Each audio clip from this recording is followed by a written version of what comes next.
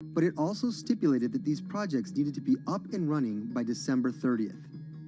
For contractors who plan projects months and years in advance, it's a scramble to rearrange their schedules to meet that deadline. So what we've been asking the federal government to consider is at least have, as long as the projects are getting started, knowing the projects are being put into place to expand both remote learning, working from home, and opportunities like that that are truly driven from COVID. We're moving as fast as we can regardless, but hopefully they'll give us some more time. Talking to John Paul, it's clear that he believes broadband is something that can transform a community and should be considered a public good. One of the first communities to come on in the United States with full-on gigabit service was Chattanooga, Tennessee. Now, they're a bigger city, but they're a city that was economically in a downturn. In the last 15 years, the city of Chattanooga has turned around in an amazing way. It's a nexus for young people to move to. It's a place where technology happens. It's not just about logging on to Zoom, to connect with your colleagues who might be in New York City. It's also your ability as a small business, operating in the town of Nevada City or wherever it may be to, quickly upload your payroll documents or something onto the cloud, or to quickly, swipe a customer's credit card. There's just some really basic business functions and mechanics that I think people in big cities really take for granted, and that are just going to be a much bigger challenge for small business owners in rural areas.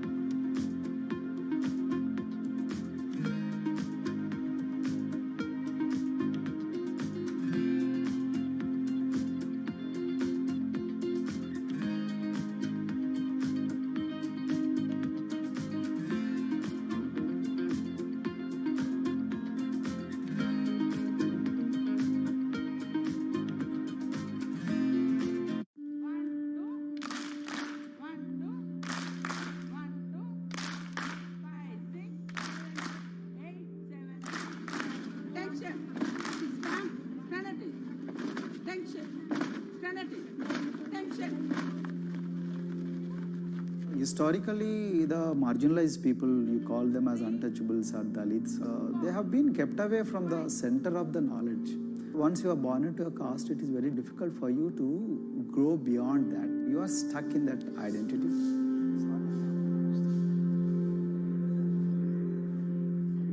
I think education is the best way of liberating them. So that's how I chose to work in education sector. The kind of education that we are giving to the marginalized people is going to change not just the fate of these communities in Telangana, but it is going to be the source of inspiration, source of hope for all the marginalized in this country.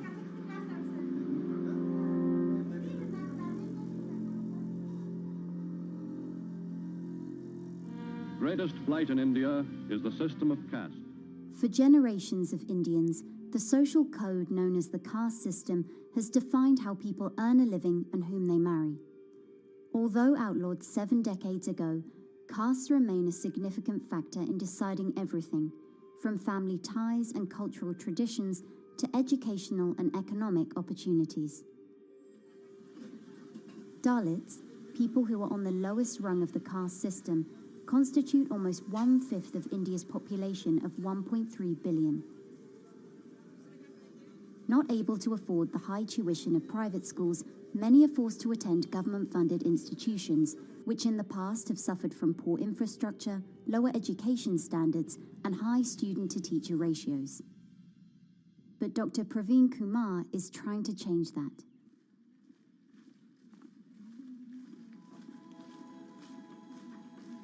I am currently working as head of Telangana Social Welfare Residential Schools. So totally above 400 schools I manage. These are all residential schools for the students who are historically marginalized but talented and then poor. Of them, 60% are girls and then 40% are boys, because girls are more marginalized among the marginalized. Their voices are always suppressed. My approach to improve the conditions in the schools has been put your eyes and ears on the ground always. Talk to the parents, talk to the teachers, talk to the students, stay in the schools and then understand their problems, their challenges, both in classrooms and then the corridors and the dorms. Then go to the dining halls and see what kind of food they are eating, and then go to their homes and then what kind of food they are getting and what kind of challenges the parents have. One of the important changes that I brought in after I took over was to complete the transformation of mother tongue to English medium, because English medium, as I said, English is the language of emancipation, and language that connects you to the whole body of knowledge in the world. So we had to train a lot of teachers. Refer to the dictionary also, okay, and find out the new meanings, as well as describe about. Hey, Ruchita, how are you? Hi, Sindhu. Fine, thank you. And how about you? I'm fine too. It's been a long time. Identity is extremely important. There is a scientific evidence to prove that your sense of identity is extremely crucial to your growth as a successful human being in your life. If you accept an identity which is very humiliating, which reminds you of very painful past, I think that identity will not help you to grow. I'm not saying that you should forget your past. I'm not saying that, but that should not be in the bubble in which you must live always.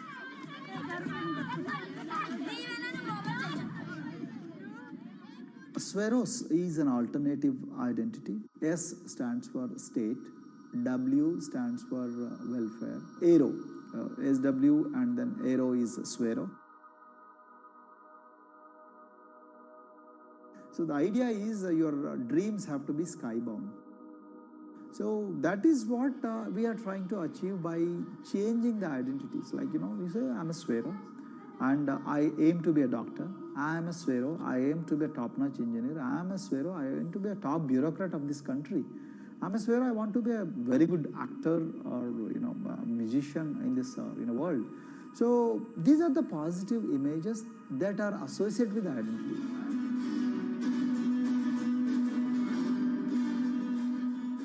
Just to give an example to you, in 2012, in our institution, we used to produce about 6 doctors per year. But because of our, this self-liberating ideology of Sveroism, we have, this year, we have produced about 189 doctors. This is phenomenal for any poorest of the poor people. You know how difficult it is to get into a medical colleges in this country. So, but today, because of this ideology, the students have been able to achieve this, feat. Pujita has been a farm laborer, and her parents themselves are agricultural laborers. And then this girl used to sell vegetables, but thanks to the residential education institutions, she came to the Gaulidoddi campus, and then she toiled very hard for 1 year, despite many problems. And today, I'm so happy to share with you that she has joined one of the prestigious medical colleges in the state of Telangana, Usmania Medical College, and then in future, she hopes to be a gynecologist. So this is the journey our children are hoping for. Similarly, the Mount Everest expedition. At Mount Everest expedition, we are very fortunate enough to place the youngest ever female in the history of this world on the peak of Mount Everest. How did this happen? It's all because of an ideology that helps you to liberate yourself.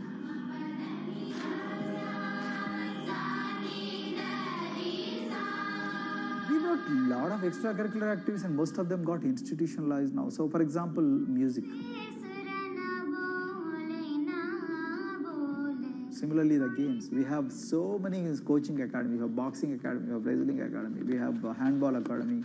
So we have, kabaddi, that the traditional Indian sport. We have golf. We have introduced the golf also. Like golf is generally played by so-called rich people, but today even poorest of the poor people also are being trained in golf in our schools. Wow.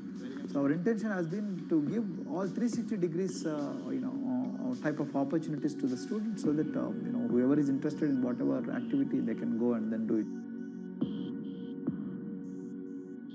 Break the barriers, break the fence, at least mentally, because poor people have been programmed to be victims, programmed to be subjugated, programmed to be on the margins, always, programmed to feel inferior. We wanted to change all that. There are certain games which are exclusive to rich people. There are certain languages which are exclusive to middle class and upper middle class in this country. To put it in one word, the sole aim of introducing all these co-curricular activities is to break the stereotypes which are recklessly imposed on these people. Their stereotypes Dr. Kumar knows all too well. Born a Dalit, his grandparents were labourers and access to the village well was restricted.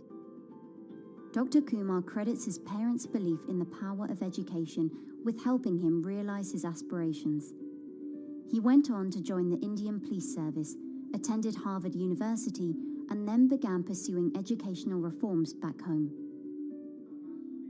I attribute whatever I am today, it's to my mother primarily.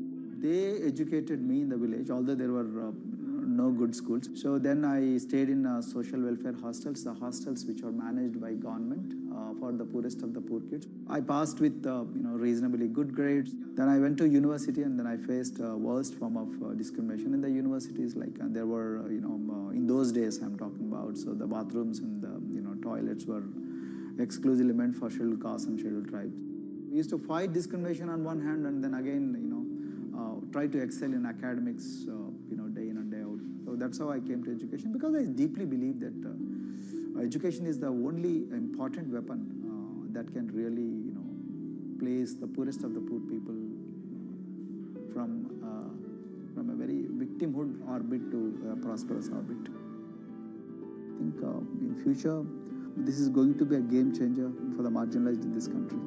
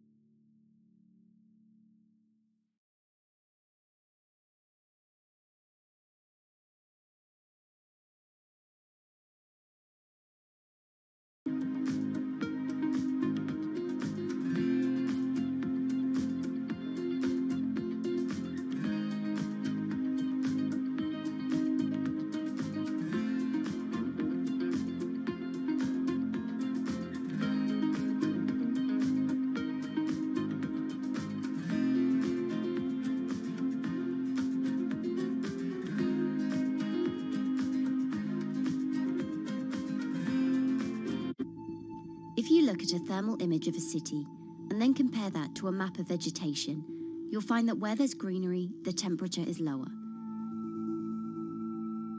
That's because things like asphalt, concrete, and shingled roofs absorb more heat from the sun than trees. This is the urban heat island effect, and it accounts for higher temperatures in cities, often by several degrees compared with their surroundings. It's becoming a huge risk to human health as growing urban populations exacerbate the heating effects of climate change. Heat waves kill more people than any other extreme weather event, more than tornadoes, hurricanes, and even floods. That's why urban heat island mitigation strategies are being studied in Singapore by a group of researchers. The government-backed project called Cooling Singapore is now in the process of combining everything they've learned to create a digital tool that can help cities all over the world, starting with Singapore.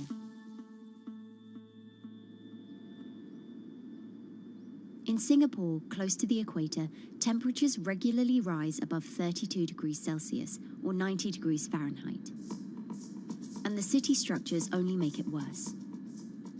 And that is also the case for Singapore, which is basically a concrete jungle, more urbanized, more developed city.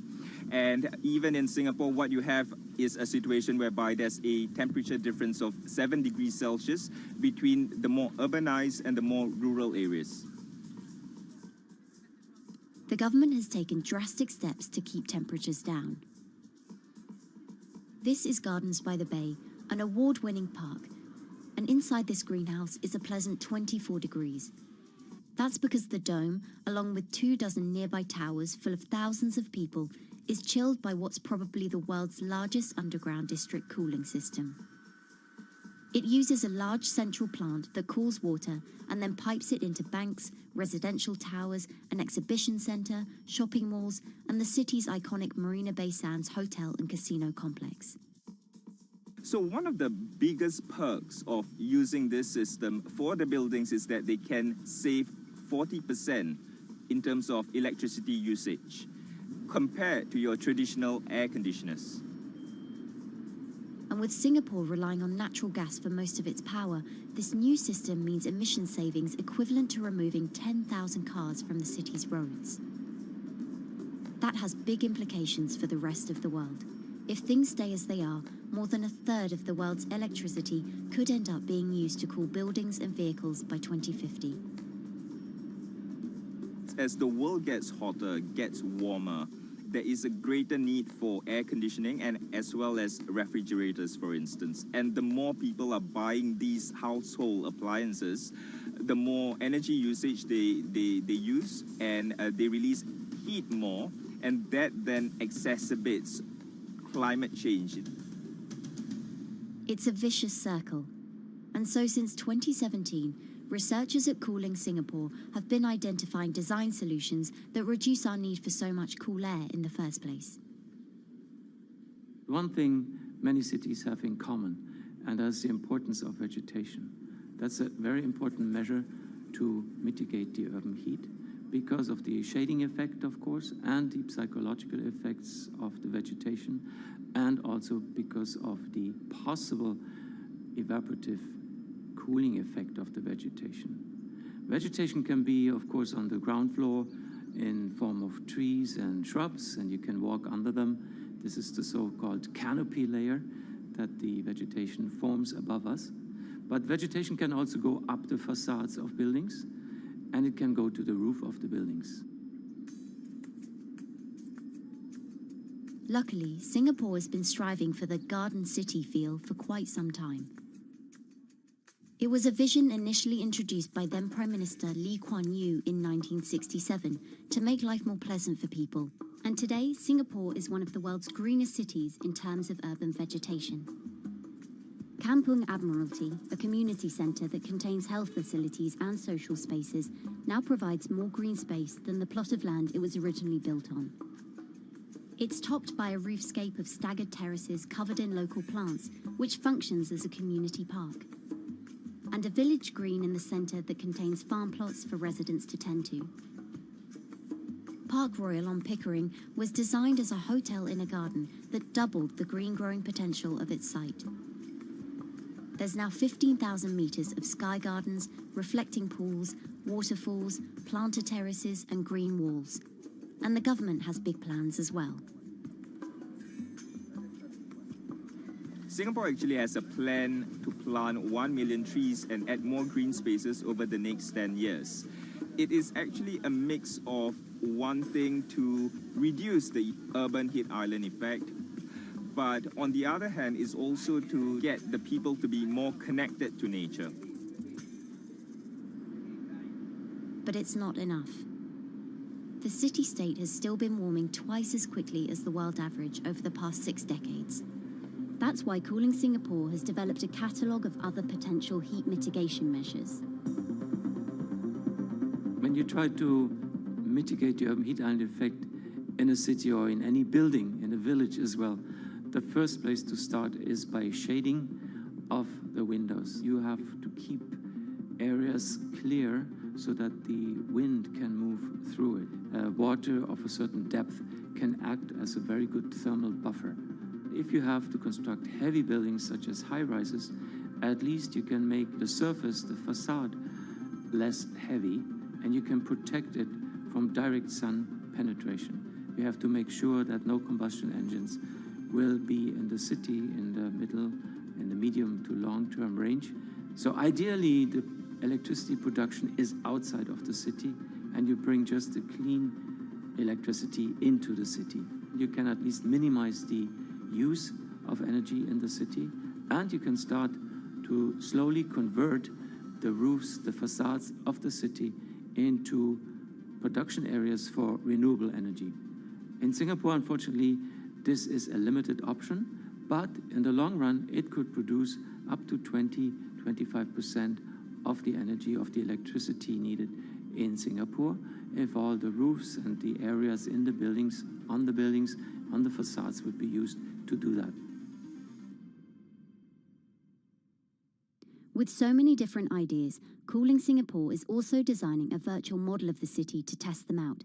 It's called a Digital Urban Climate Twin, or DUCT, that will calculate how each element of the city's design will impact the urban heat island effect. That means we model not only the geometry of the buildings digitally, but also we model the transportation, the insulation, the temperature, the radiation coming from the sun, the weather, the local climate, the even very, very microclimate of the city, the water, the movement of people in the city. We can invent scenarios, we can design scenarios, test them before we actually build them, and if they test very well, and we are sure that they will function, then we can start to build them and put them into reality.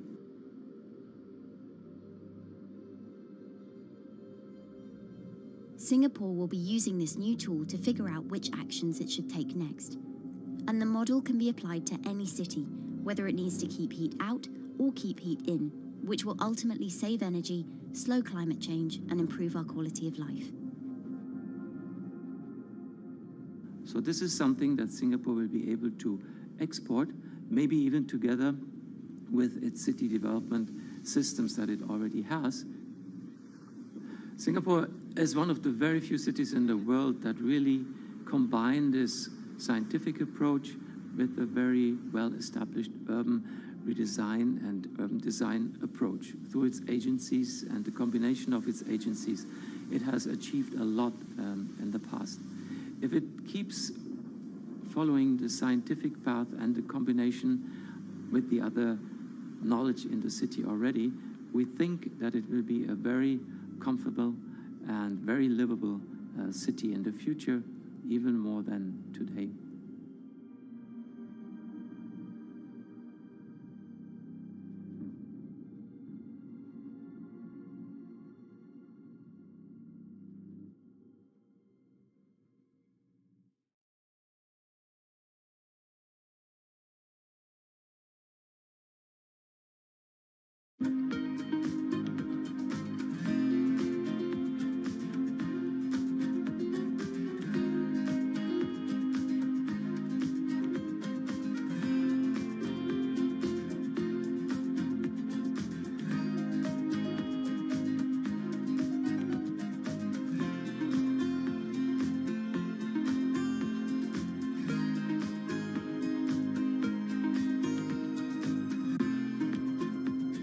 Times are tough. Jobs are scarce. It's risky to be outside and around others. Seems like there's very few ways to make extra money during a pandemic. So I guess I'll just hunker down and binge social media until this all blows over. Wait, don't these people make money? How do these people make money?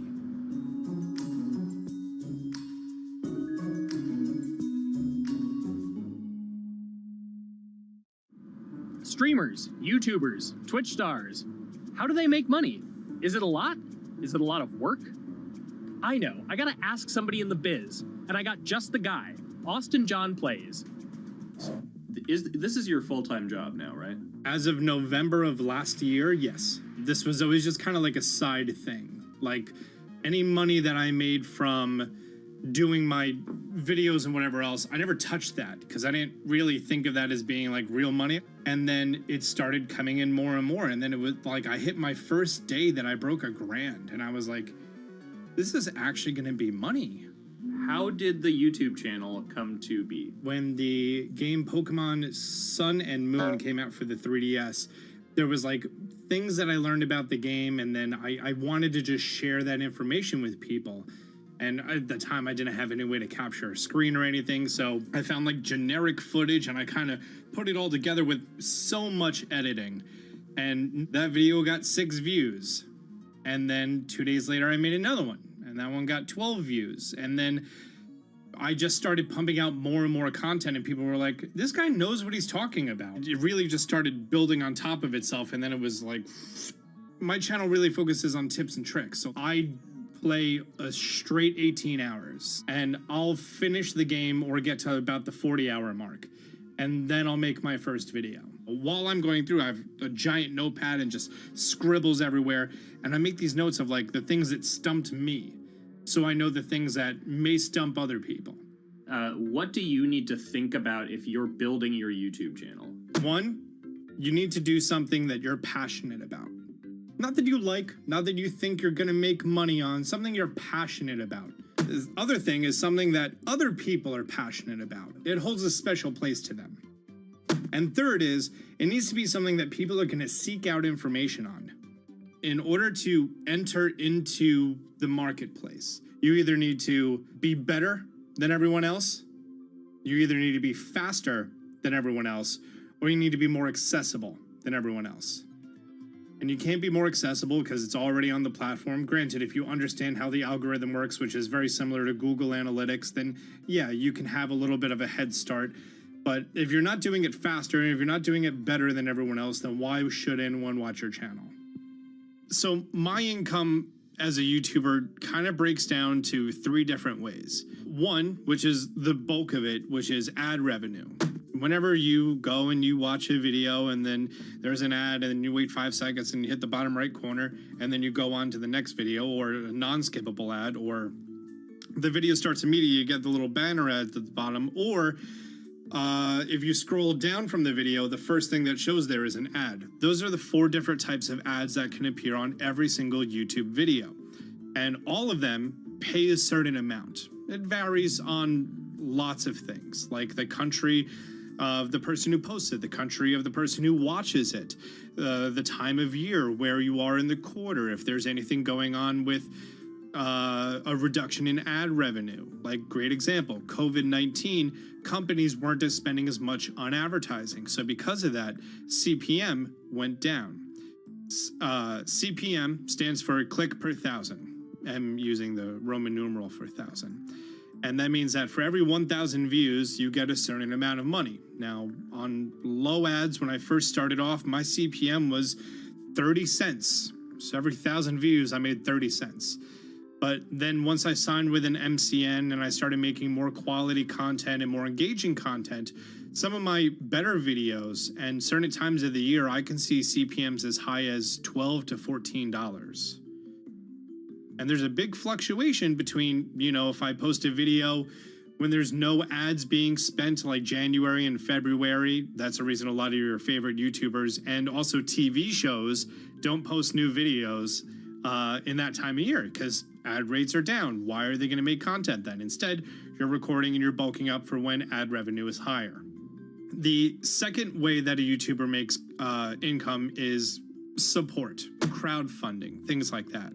When I first started off, Patreon was really the only option, but then they started rolling out supporters and members for YouTube channels. So whenever I have a live stream, you can click a button and then you can become a member, and then you get special icons next to your name. I believe they're called badges. Or on any video, you can hit the join button, and that helps support the channel. And then the third aspect of that would be merch. And for me, my merch has been somewhat basic. In fact, I'm wearing one of my t-shirts from last year right now.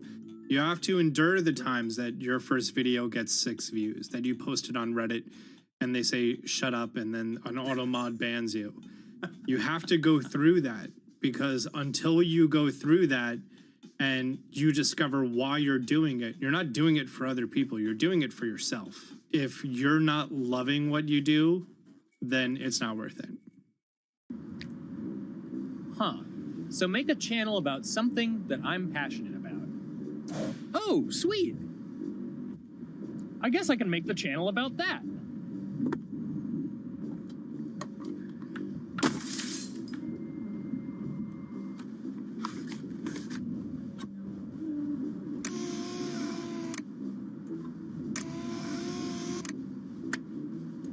Now, how do I grow an audience? How do I get popular? It's all about diversification, right? You have to have a massive Twitter following. You have to have a massive Instagram following. You have to have a massive YouTube following. Of course, you have to be on Twitch, which is the key platform. But basically, any way you can get in front of your audience, you can engage with your audience, is going to drive those clicks, which ultimately drives the advertiser revenue that you get back from all of these platforms. It's me and Dan playing video games and talking in a funny manner over them. They're not just people who are good at games, they're actually people who are good at online engagement, online entertainment, first and foremost. You have the right to remain stylish. Anything you wear can and will be used against you in the court of fashion. The streamer is either very, very talented at the game. The best player in the game is generally going to draw a crowd because people like watching people who are very good. On the other hand, they're either very, very good or funny, charismatic, whatever it is on that side. Oh, no. You know, it becomes more of a show where they talk about other things outside of the gaming world, and gaming becomes really just a backdrop and an excuse to engage with that audience. There were those weird, like, Ronald McDonald, like, straight to VHS movies. You remember those? I'm personable, I'm chatty. I would kind of, you know, when boring things were happening in the game, I would ramble on about, you know, movies I'd watched or books I'd read and, you know, or conversations I'd had and stuff like that. And so I think being personable was a big part of that. It's not just getting on and playing games. It's getting on and being an entertainer. You are putting on a show. All right, now let me go ahead and grab the samurai sword that every gym has. Okay, he's dead. To have a larger audience and to have that audience, I think, stay with you, you have to bring something extra. You know, you have to find your niche. You have to find what works and what connects with the audience and what makes them laugh and what makes them keep coming back. You got to make it a little more exciting, all right? Throw in a hanging bishop. Have everybody in suspense for a moment. I think the real most important thing is to just get used to being on camera. Like in any sort of performance thing, is get used to talking on camera. You know, my first few videos were terrible, but because I sat down and did it for 6 to 8 hours a day, I just got used to talking and I got over that uncomfortable hump. If you go into Twitch purely with the expectation that you're going to make money, make a job out of it, have all this growth, and it's going to be great, you're probably going to burn out prior to getting to that point because there's very little payoff for a long time, right? Like multiple years generally before you really start to see a payoff. And so, you know, those first few times you're streaming, nobody is there. One person shows up every 30 minutes, says hi, maybe, and leaves, right? Like, it's very discouraging, I think, for a lot of people. And so you have to be there just loving it. You have to love talking to yourself when nobody is around. You have to love just the game that you're playing, all of that stuff, because it takes a while. And I think a majority of people burn out prior to getting to the, like, profitable point of it. And there you have it.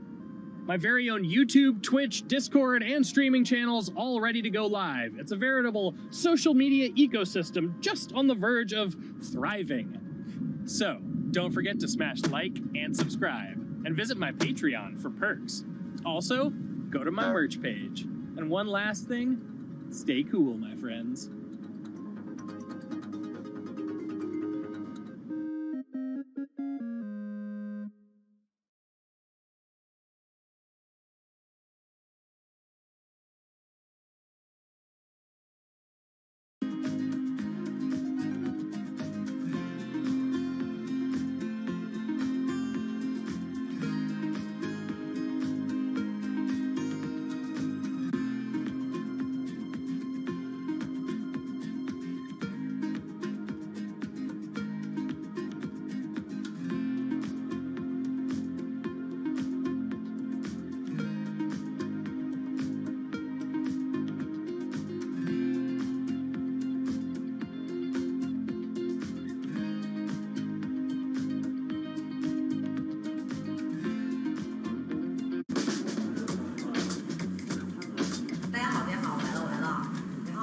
This is live stream shopping, one of the hottest trends in China.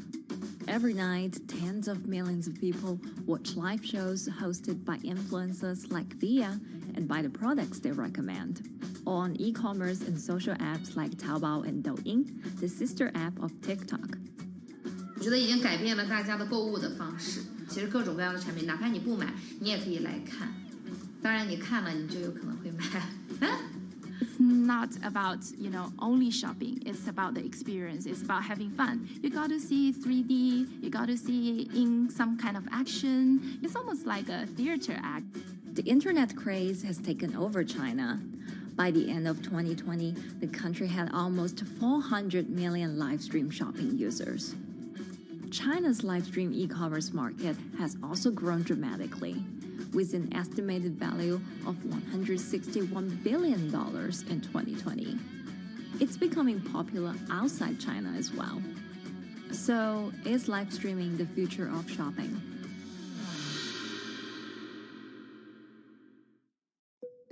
Live streaming is not a new thing.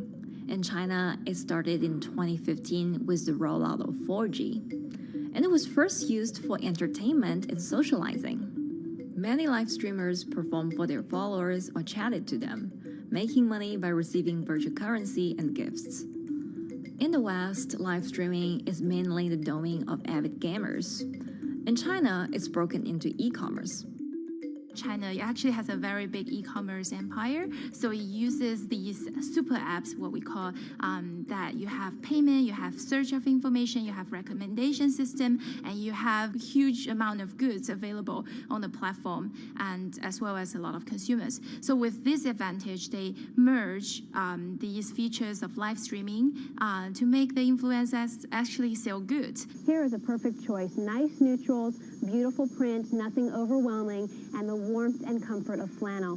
This is item. Traditional TV shopping involves a one-way direction, whereby a host introduces a product, demonstrates certain things, and say, call this number or something. But live stream shopping is live. That in itself is a very, very big difference. It causes different psychology, and live stream shopping is a very entertaining way of actually engaging someone else. When you shop, actually, this live streaming video will continue. It will minimize into a corner, and you can buy the items and pay all on the same app. And after that, the live streaming screen will just enlarge by itself, and the promoter will come back to screen. So it's very convenient. Taobao, one of China's biggest e-commerce platforms owned by tech giant Alibaba, added a live streaming function in early 2016. In the following years, other e-commerce and social platforms like JD and Douyin also integrated this feature. 开头的时候还是有很多的挑战的，对画面的这个流畅，然后是否能够很真实的去还原商品，它其实在这个上面是有很高的这个门槛跟技术的这个卡口在的。不管是我们的这个用户的接受度，还是商家的这个上手的这个难度都很高，但是这几年下来，基本上难点在不断被突破的。Over $70 billion worth of goods was sold via live stream on Taobao in the year through March 2021. Latest surveys show that over 60% of live stream users in China were watching shopping shows, and over 65% of them shopped at least once via live stream. In 2020, live stream shopping got a huge boost during the pandemic, when millions of people were in lockdown and many retailers were pushed online. People, during the lockdown, felt like there's a need for more social interactions. This live platform creates an interesting kind of environment that gives people the sense that I'm actually interacting with you. And then live stream shopping brings in a lot more variety of things that people could buy and satisfy, the sense of losing control, especially during the pandemic. At the heart of this craze are the top influencers who have tens of millions of followers and sell products worth millions of dollars every night. They often use their star power to get bargains from retailers, which in turn boosts their own sales and influence. So if you think about China's live streaming, you have to know the king and queen of the influencers. The queen of live streaming, Via, she is actually having the biggest viewership and the biggest sales volume for a long time on Taobao platform. She can sell everything from like Gucci sunglasses, lipsticks, homes, and cars. One time she offered her followers to go on a Tesla ride with her, and she even, for once, sold a rocket launch in her live streaming room for 40 million yuan. The king would be Li Jiaqi, more widely known as Lipstick's brother. He used to be a cosmetic sales before he turned into live streaming e-commerce. And he knows a lot about the cosmetics. So he's the one that will actually put the lipsticks on himself when he's on the show. Top live streamers like Via and Li Jiaqi have become celebrities in China and can earn millions of dollars a year. Although not everyone can be as popular, mid-ranking live streamers like Tiffany still earn a good income through sales commissions. 如果说单从收入方面来讲的话，那主播的收入是比普通的工作要高很多。但是呢，主播这个工作时刻对身体，包括对精神都有很大的一个考验的。就是每天需要集中精力，然后长达5-6个小时，这种状态是很累的。而且这5-6个小时的话，你是脑子是不停的，然后嘴巴是不停的，然后手也是不停的，眼睛也是不停的。像我们做主播，不是说单一的只做直播一件事情，然后还会有选品的一些工作，然后还会有一些其他的事情排在里面，其实是没有个人生活的。那我觉得增强粉丝影响力的话，不是说某一件事情。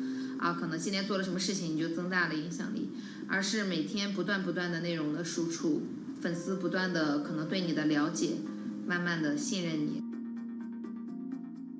里面有芝麻酱的味道，如果吃不习惯的话就慎买。A lot of successful live streamers are generally very good at communication. They're very good at articulating very simply what a product does, what a product doesn't do. In order for them to sell, they need to be trustworthy and appear trustworthy, and they need to, show in some ways that they're authentic, right? So for Via and Li Jiaqi, they are able to articulate that quite a bit through their body language, through what they say. For example, Li Jiaqi will also sometimes say bad things about certain products because to him that's his honest opinion, and sometimes people want to hear that. And so they seem very credible, they seem very trustworthy, and don't forget, they're also very entertaining and very interesting. If you're familiar with Li Jiaqi, he won a Guinness record for like the most lipstick applications to models in like 30 seconds. So if you're able to create a lot of buzz with interesting things that you do, people who may not want to buy lipsticks will also stream in just to watch what he does. And then from there, you might get hooked. 这就是你一般女生出门的时候涂的口红的颜色。 Live streamers also use sales techniques such as limited time or supply. This sense of scarcity can often encourage viewers to buy. The platform in itself creates and enhances some of these things, but you see it live. Something we call social proof has taken over, meaning that, hey, other people are interested, other people are joining in, other people want the same product. And they add it in the chat and they ask questions and they say, oh, I want this too. What happens then? It makes the whole product even more scarce. But it's not just influencers. Local farmers, luxury brands, even mutual funds have also started their own live stream shows. Working with very top-tier live streamers can be risky. It's not necessary that the benefits will end up with the brand. So we see company executives opening their own shows. And we see like P&G have their own sales room, which runs shows every day as well. We also have like local governors in like small towns to sell their agricultural products. So the live streaming is definitely transformed the way product owners can think about how to reach their consumers, and it enables a lot of players to actually sell. Live stream shopping is going global. Merchants in Southeast Asia have embraced this trend. And in the West, Amazon has upgraded its live streaming function, adding interactive features like chat rooms. Companies, including Google and Facebook, are also developing and investing in technologies to integrate video and e-commerce. 直播电商它其实已经开始成为主流，它未来的发展空间跟潜力都是巨大的。接下来大家会越来越依赖这种购物方式，会变成一个比较日常化、比较规范化的这么一个趋势。If you look at the numbers alone, their numbers alone, Li Jiaxi's numbers or Via's numbers, you know that they can sell and you know that they can generate revenue. Are they able to sustain it over a long period of time? It depends on how innovative they are at changing some of the things that they do. But you can't expect consumers one day turn into virtual shopping for good. There will be the nature of us that crave to go into the store, to touch the goods and actually wear it and see how it looks like and walk around in that with our friends. And those things wouldn't be replaceable with live streaming.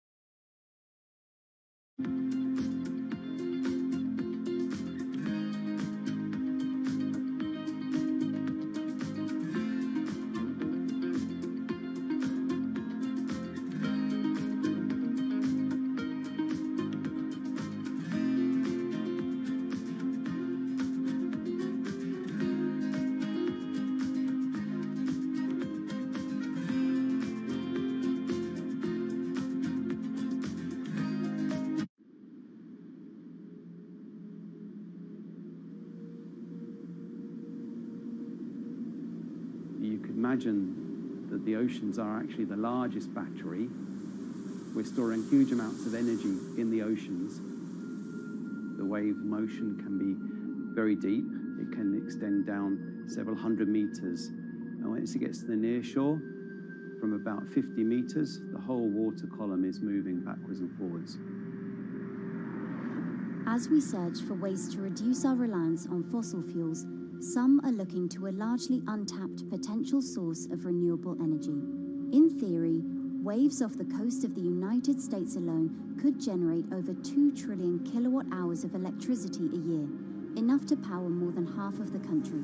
Waves intensify and subside not as quickly as the wind, and that means that it can produce a smoother power generation curve. One of the potential advantages of wave energy is that it could act as a complementary source of power compared to other renewables on the grid if it were to be scaled up to commercial scale.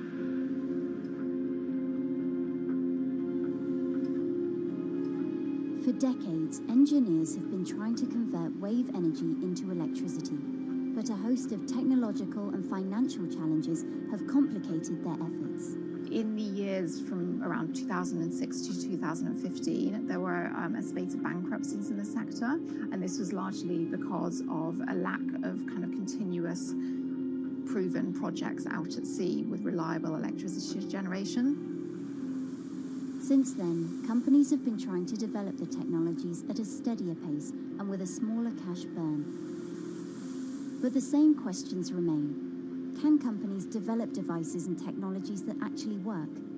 Is wave energy just a novelty or something that can become a major renewable energy source?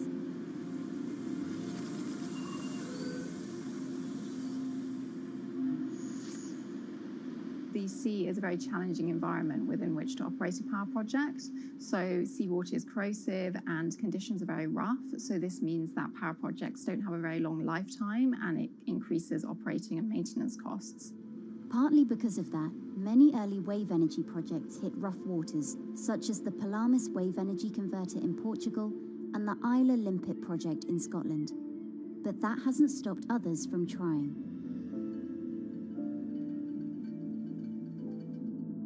Companies are focused on testing projects out at sea, proving their durability, trying to raise capital and bring down cost.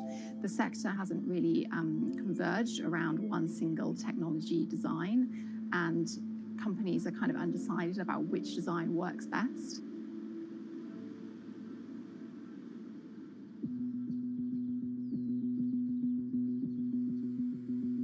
Finland-based AW Energy is a veteran in the sector. The first proof of concept of the company's device was made in the 90s after diver Rauno Koivusaari observed the strong back-and-forth movement of a hatch cover in a shipwreck in the Baltic Sea. The waves are generated far from the coastline, so the wind blows on the surface of the water, causing the water particles to rotate. And that rotation extends deep down below the surface, and the waves can be very long. They can be several hundred meters long. And as they come into the near shore, this rotational energy turns into an elliptical energy, and eventually backwards and forwards, as you probably noticed if you've been swimming on the seashore in large waves, you're pulled in and out. That's the energy that we're extracting. There's a sweet spot where we deploy, so around 10 to 15 meters of water depth. That's where there's still strong wave energy coming in. After years of research, prototyping and testing, the company has deployed Wave Roller, a 350 kilowatt device in the waters off Portugal. Wave Roller has an 18-meter wide and 10-meter high steel panel fixed to the seabed via a floatable foundation. The panel moves back and forth with the waves, capturing the energy. It's submerged in the depth of 15 meters, so it's protected from the extreme waves. We generate electricity by capturing the movement with hydraulic circuitry in a machine room underneath the surface. That hydraulic energy we turn to electricity with hydraulic accumulators and hydraulic motors, and also a generator. The Wave Roller has survived large waves at sea for over a year and delivered electricity via an underwater cable to the grid in Portugal. Meanwhile, the company has won a €2.5 million grant to work on an upgraded version of the Wave Roller, aiming to increase the electricity generation capacity to 1 megawatt. The upscaled device would have a bigger panel, 2 power takeoff units, and improved software to control the energy production. We have taken into use a wave prediction algorithm that kind of tells us what kind of waves are coming into our device. That gives us few seconds to prepare for capturing more energy, and the difference in that is significant. Our future plans are to deliver technology around the world. So I'm hoping we can be working on delivering technology to projects in Asia and also in the American continent as well.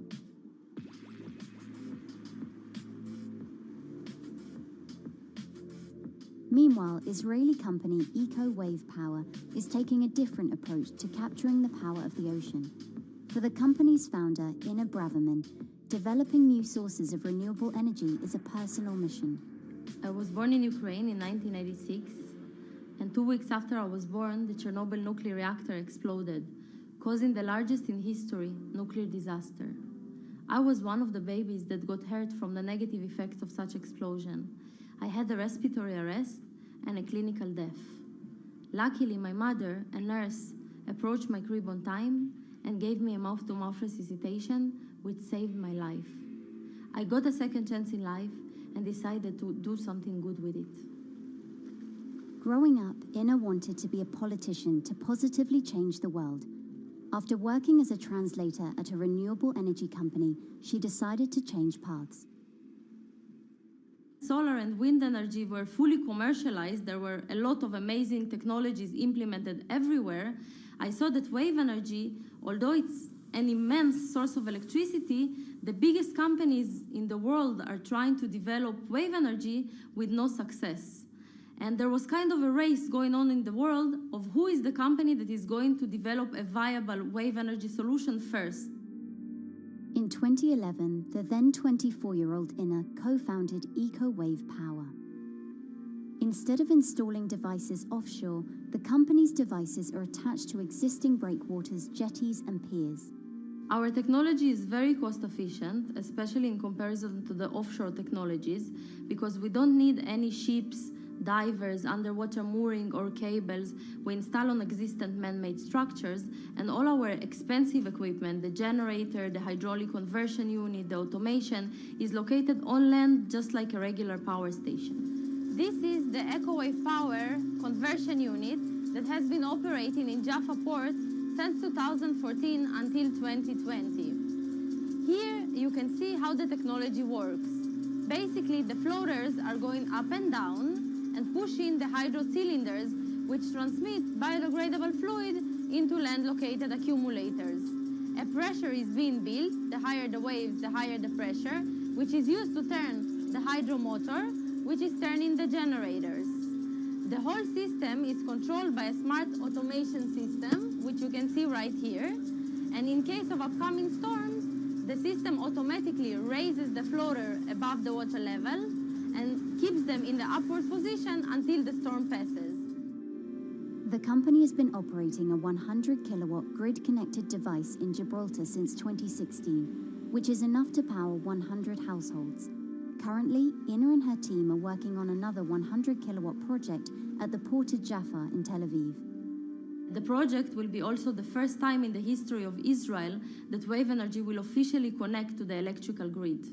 And our goal going forward is to expand it to all suitable breakwaters in the city of Tel Aviv and to supply a significant part of the city's electricity needs. Today, engineers and entrepreneurs are still trying to crack wave energy. Globally, only a few hundred kilowatts of wave energy are deployed, compared with gigawatts of offshore wind. But the field has come a long way in recent years, and with the right engineering solutions, this new power source could eventually become competitive with more mature renewables like solar and wind. I would have a lot more confidence in the successful wave energy companies today as opposed to like 20 years ago.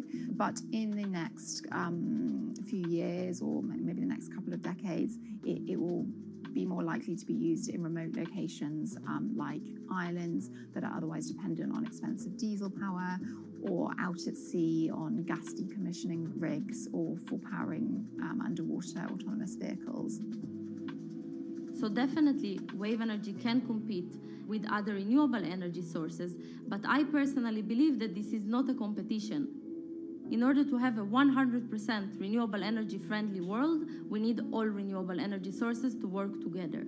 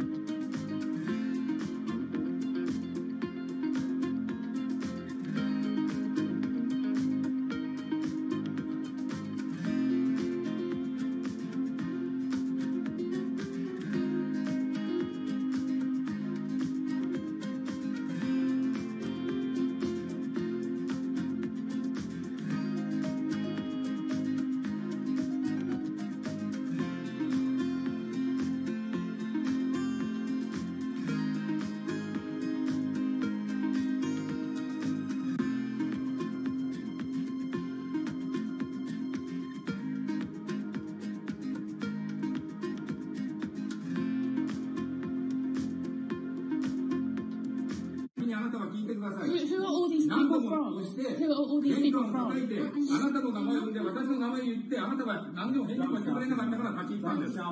So can you please tell me? I'm not going to... please wait. You know, I've covered a lot of companies. I've covered a lot of Machiavellian companies where, you know, people play rough. I don't think I've ever seen anything on the scale of Nissan. He is making you, but you act from this side. I mean, it's corrupt. The system is... One of the most dramatic elements was Ravinder Pasi's home being raided by court officials in Yokohama. You scared my wife. You scared my children. I worked in this for 16 years. So Rav Pasi's journey into the darkest recesses of the Japanese corporate world started when he was the general counsel, the highest corporate lawyer position in the company. In the past few minutes, Nissan has revealed that its chairman has been arrested after allegations of serious misconduct. He was tasked with investigating Carlos Ghosn. And he was told, conduct an internal investigation and get to the heart of the matter. And then along the way, he started to notice serious conflicts of interest. He is one of the few people who knows an extreme amount of detail regarding the alleged crimes by Carlos Ghosn, and he's now ready to tell his own story on the record about some of the events that happened.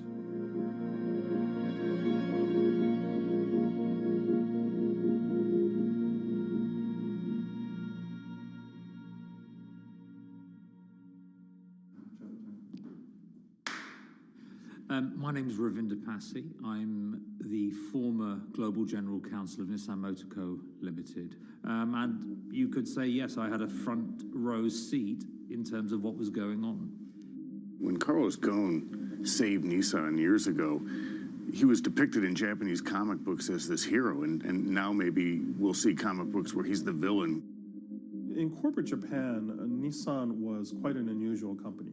It was led for 2 decades by a non-Japanese executive.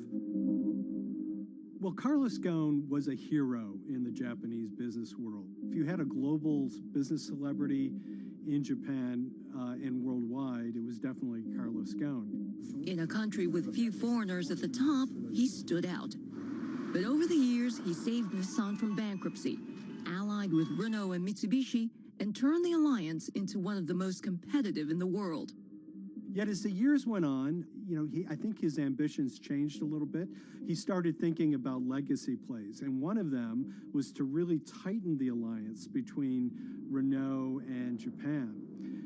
And unbeknownst to him, there was a contingent of senior Nissan executives that were really felt threatened by that move. They really thought that they would lose complete control of the car company, and even in the government, there was probably a little bit of anxiety about a national champion in the auto industry falling under full-blown foreign control. Carlos Ghosn was an auto industry leader, respected by many in Japan. Now he's in jail. The arrest of Carlos Ghosn came completely out of the blue. This was in November of 2018. He was coming to Japan on Nissan's corporate jet for a regular executive meeting, and he was met on the tarmac by Japanese authorities who whisked him away to jail and charged him with financial misconduct crimes. So what happened was that a power struggle ensued inside the company, and somewhere along the way, it was criminalized.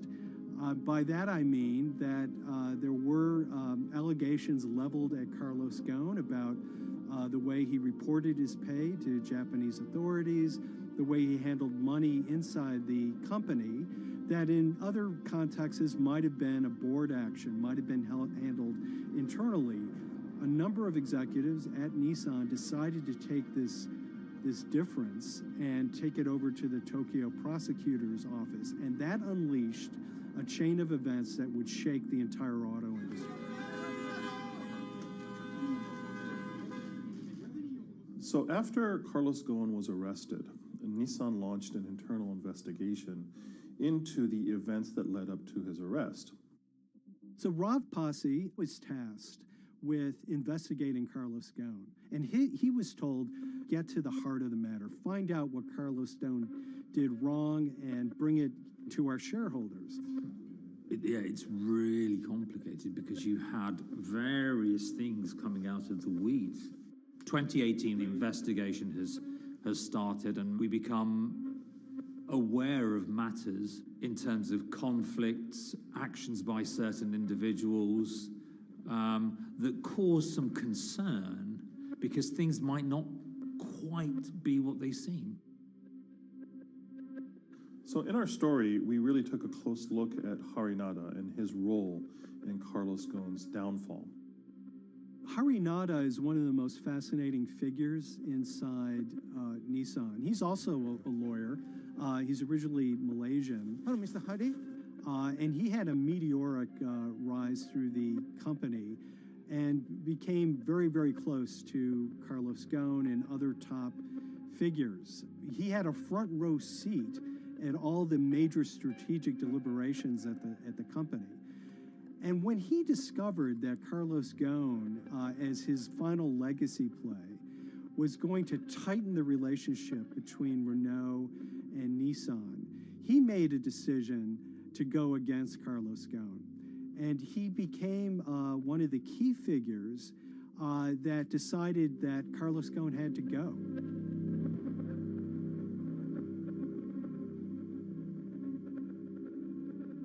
Hari Nada was somebody who actually recruited me into the company, so I have a long-standing relationship with him, or did have a long-standing relationship with him.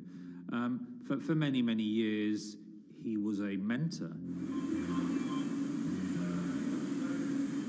I had doubts about the credibility of the process right at the start. Hari Nada had a plea deal with the Tokyo prosecutors. Now, that suggests he was intrinsically involved in some of the wrongdoing, or the allegations of wrongdoing, and it just didn't smell right, just doesn't sit right. So there was a basic conflict of interest. In other words, Hari Nada had to deliver results to Japanese prosecutors to avoid his own criminal liability, and he's accusing and leading the investigation of Carlos Ghosn. Some of the people who had been involved in the original alleged crimes were also looking into the affairs themselves. Ravinder Pasi began pointing out some of these conflict of interest issues. And the reason for that is essentially his concern was for the company. If the company's own investigation into itself was compromised, that could lead to a very weak position in various lawsuits that it was dealing with across the world. I had discussions with Hari, discussions with the statutory auditors about these conflicts, discussions with HR about some of these conflicts, because at that point, we reported into him. You know, at the time, everything was quite, as you can imagine, it was, we've got to do this, we've got to do that, we've got to move fast. But when you step back and look at some of these things, you just think, my God, what was going on here? Because members of my team were being placed in immediate danger. Your chairman's been arrested, a representative director's been arrested. They both happen to be foreigners. And then now what we need to do, we're being instructed to do, is certain compliance professionals need to go into properties in Brazil, for example, and retrieve evidence. They've got to do it very carefully, because if they don't do it carefully, they're going to get convicted of criminal activities.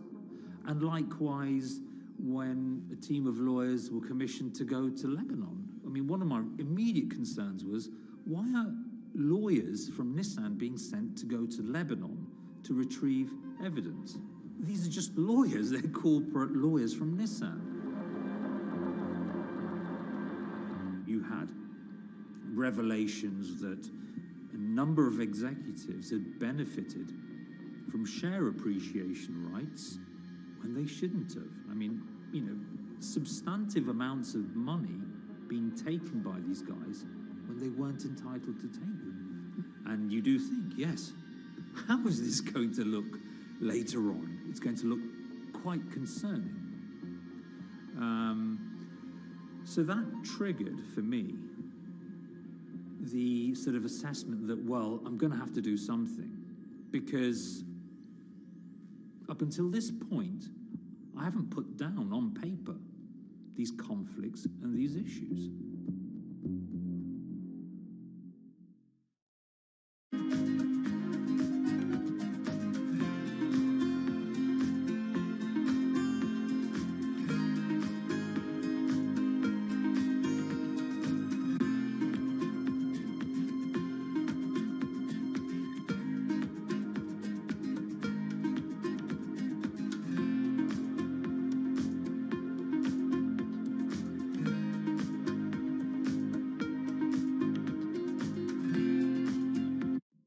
So Rav Pasi makes a fateful move. He writes this letter to the board listing every suspicion he has in great detail, backed up by evidence, backed up by memos, of why this internal investigation had serious problems.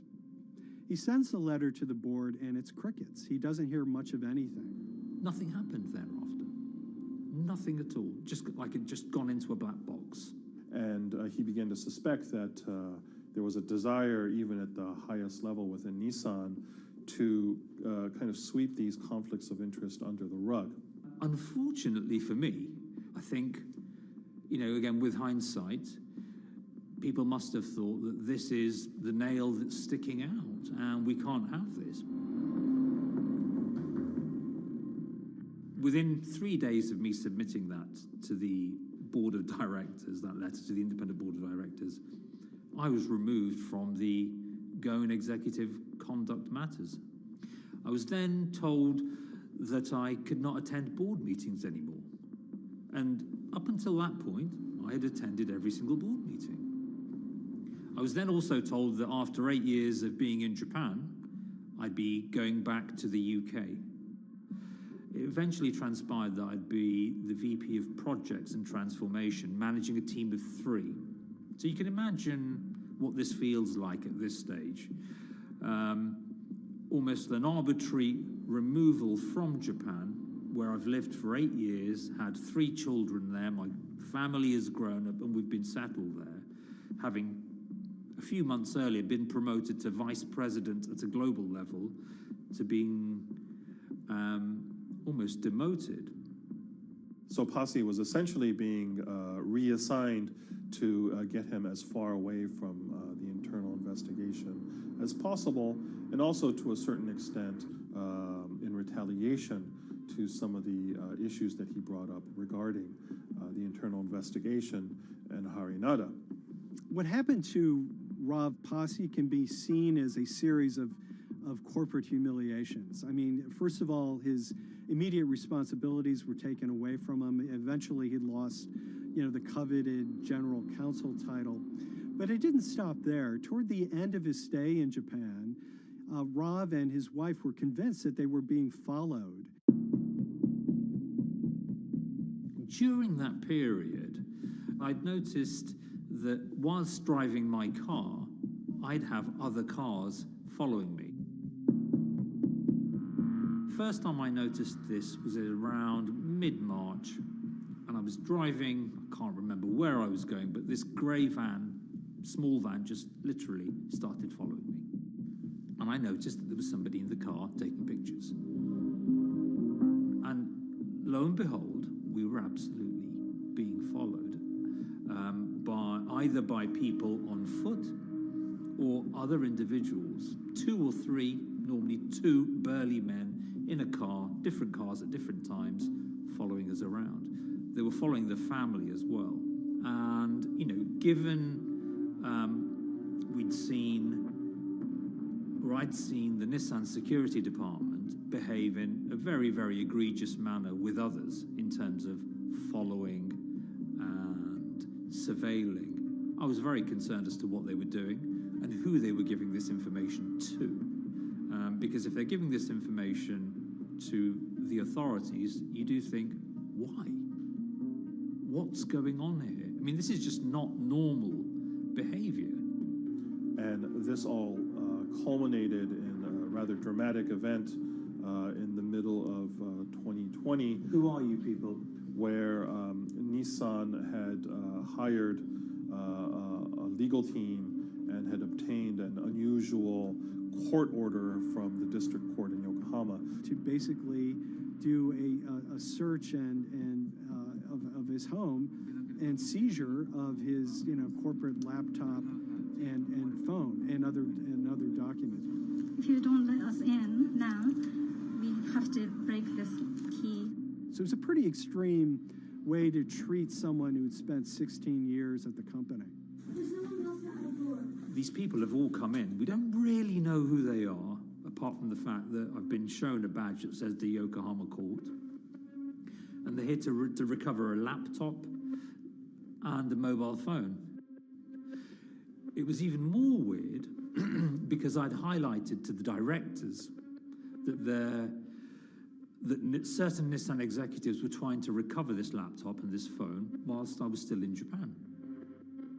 And I was very concerned because it had evidence on there that related to misconduct matters and other forms of inappropriate conduct. It was just another form of intimidation, another form of harassment, forcing me almost to leave the company and the country. Because once they'd retained and obtained these items, we were still followed, which, again, I just couldn't understand. What is the point of doing that? You know, this is a car company. This is not the KGB.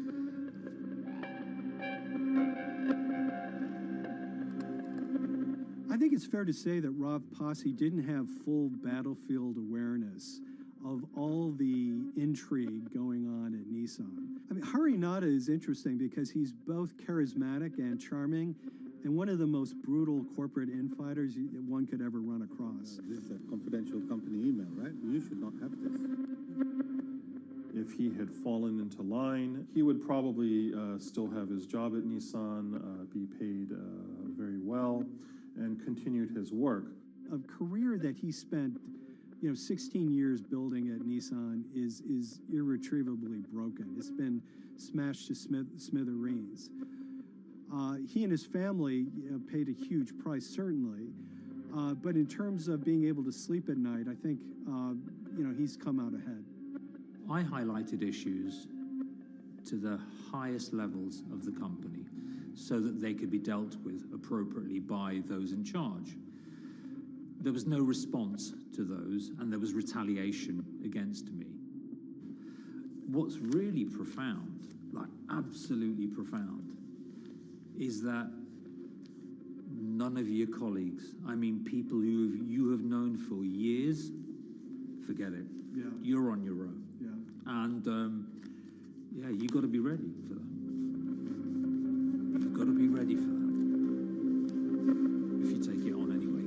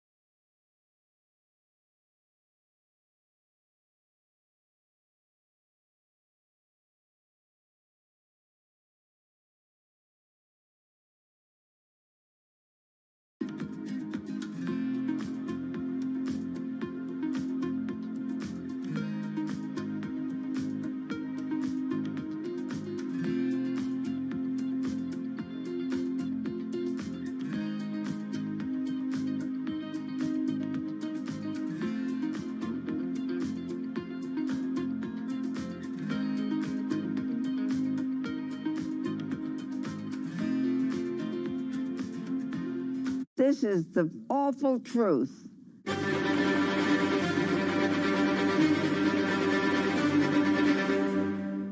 There's always someone in the family that's pushing it.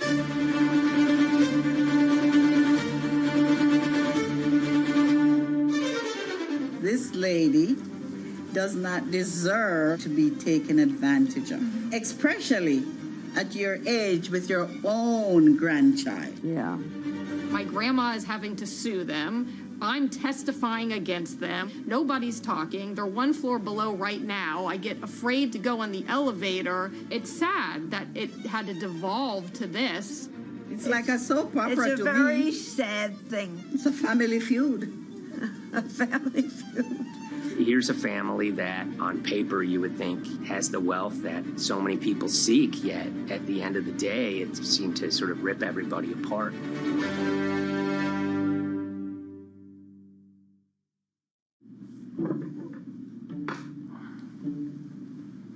My name's Tom Schoenberg. I'm a senior reporter here at Bloomberg News, cover financial enforcement. I was approached by someone close to the Schottenstein family and asked whether or not I would be interested in writing about Beverly Schottenstein and this case that she had against J.P. Morgan. And it was immediately clear that there was a great story here to be told. So I started just, assembling all sorts of documents that the family made available to me. That included a diary that Beverly had begun writing when she started having suspicions about what was actually going on with her money. Beverly obtained her wealth from the Schottenstein kind of retail empire that has at times included Big Lots, Value City, American Eagle Outfitters, DSW Shoes. Beverly's husband died, and at which point they sold off their portion of the company, bringing them an enormous amount of wealth at around 1990. Estimates of her wealth were around $90 million. She, for many years, had that pool of money being managed by outside advisors. Her grandsons in the late 2000s had both graduated and were becoming financial advisors. She gave them a little bit to work with, and over time, her grandson, Evan, became the trustee of her entire estate. Managing sort of family money is not a conflict. In fact, some ways in wealth management, it's kind of how you get your start. It's kind of the seed that you need to sort of get going in the business. But Beverly started having suspicions that something was wrong probably in around 2016. Well, there were suspicious things, but taken separately without everyone talking about their own experiences, it was hard to really put it together. She had written a check to her caretaker, Dawn, that bounced. So she went down to her local Chase branch to sort of find out what was going on. She wasn't getting paper statements in the mail, so she asked them to print out a number of her statements having to do with her checking account and her credit card account. So we went to the bank and asked for the statements. And she got a whole year and going through all of them, page by page by page. And it was there she saw all sorts of charges that she said she didn't authorize or didn't know about. I was becoming very, very suspicious. I was starting to look in the money part, and that's what bothered me more when I saw that money was going. And I was not a big spender. Around the same time, Dawn, she starts noticing Beverly's son, who lived in the condominium below her, came up with Evan with a shredder and started grabbing papers in her office area, including some with J.P. Morgan letterhead, and just started sitting at the kitchen table, just shredding documents over and over. Yeah, they came in one morning. They used to do it in the back. Through the back door, and they brought the shredder inside. And then they went in the drawers in the office and took out all the papers, and they started doing it. I was very suspicious because I know you don't go around and destroying papers. Beverly said that they had done this many times before. That's when she said to me, Dawn, I'm going to write my feelings in this black book. Diary. And it's a diary, and she started writing. Each day, she would write a little at a time. Around the holidays of 2018, a package had arrived, a FedEx package, and in it were materials about a venture capital fund based out of the Cayman Islands. Dawn and some other family members take a look at this, and they see that Beverly is signed up for this fund to the tune of $5 million over the course of several years. And that was really the beginning of it. That was sort of the tip of the iceberg when it became obvious that something was going on, that my grandmother really wasn't aware of this fund. Beverly started to panic. She got really upset and called, JP Morgan's headquarters in New York and asked for Jamie Dimon. She said she was told someone would call her back, but she says that never happened. She wrote a letter to Evan and Avi, and in there she laid out a number of things that were concerning her: unauthorized trading, the checking account. She had about $1 million worth of jewelry in a safe deposit box, and that her son Bobby had the key to that box, and that jewelry had gone missing. All this was kind of packaged in this, 5-page handwritten amendment to a will and trust. There's such an evolving narrative about why the jewelry was taken. The only truth we really know is that the jewelry is gone. But why it happened, there have been a lot of different stories. You just don't take your mother's wonderful things and hand it out. And they emailed that note to JP Morgan to seize all activity on her account. And it ended up setting off a firestorm after that.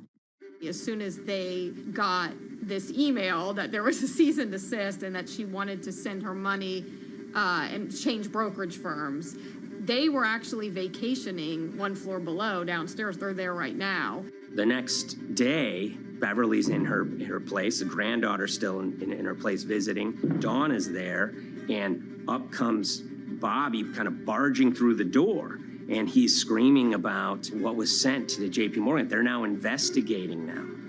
And he's furious, takes his mother and sort of puts her into a chair, gets pen and paper, and she says physically forced her to write a retraction letter. They were pushing me around. It was a scary time. I was really afraid too. I had to take her to the doctor, and she did an x-ray because she was in so much pain. The locks had to be changed. The phone number had to be changed. I really thought we were going to have to hire guards to be outside just for protection. Oh, it was terrible. Horrible scene. Beverly brought her case before the Financial Industry Regulatory Authorities, usually known as FINRA. It took several months of hearings. She sees all sorts of transactions that's going on, hundreds of them that she claims that she never knew about, never authorized, but yet were logged in JP Morgan's files as having been direct requests from her. That included the sale of a large amount of Apple stock worth several $1 million, as well as all her stock in Big Lots. Over the course of their time with JP Morgan, Evan and Avi were making all sorts of trading on her account that was generating millions of dollars in commissions for themselves and the bank, yet she was not sort of getting any of the type of gains that you would expect sort of an $80 million account in a bullish market to be able to get. They issued a ruling entirely in her favor, finding that her grandsons, as well as JP Morgan, they were liable for violating their fiduciary duty, misrepresenting themselves, and they also found that the bank and her grandson, Evan, were liable for elder abuse. Evan and Avi, they were fired from JP Morgan. They issued an award of about $19 million. I reached out for comment, and JP Morgan emphasized that Evan and Avi were no longer with the firm and that their actions do not represent the sort of values of the bank. I reached out to Evan and Avi, heard back from their lawyer saying that, they disagree with the law and the facts that FINRA kind of used to decide the case against them and are seeing if they can have it withdrawn. Her son, Bobby, wrote her a letter, said his sons weren't criminals, and he also admits to taking her jewelry. And he says he needed it to pay off some bad business debts he had. They never once came up to say, I'm sorry. If there had been an apology and some acceptance, and asking for forgiveness from my grandmother, I don't think we'd be in the position that we are now. Since the piece came out, we've received dozens of messages from people, many of whom are telling their own sort of personal tales of, kind of financial advisors gone bad, or family members who got control of an estate and abused, those within. Seems that it's really resonated with a lot of people. I keep, hearing a lot of feedback about Beverly and how, a lot of people feel she did the right thing. You're never too old to stand up for yourself and try to right an injustice. She was adamant that she wanted to stand up for herself, but at the end of the day, they did wrong. It's a painful life lesson. You know, Beverly taught them that you don't mess with grandma.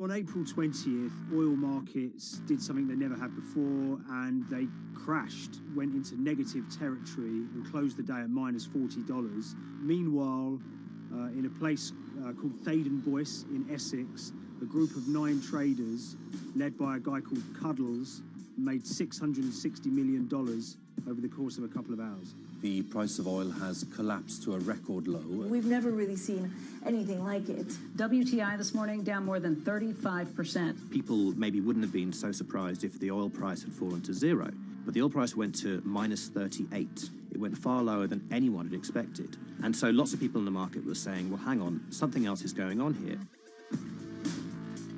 A couple of months later, I started to get wind through a kind of network of sources that a tiny firm in the outskirts of London had made a huge amount of money that day and potentially had some part to play in what happened. The information we got was that 9 traders at Vega Capital London had made in the region of $660 million in one day. As a group, I think they made as much money in one day as Apple makes from its international sales in one day. I mean, it's an insane sum of money. Did they pull off a fantastic trade? Did they predict the way the market was moving and get it absolutely right? Or was there something else going on, and had they actually done something that breached market rules in a bid to sort of push the market? And that investigation is ongoing.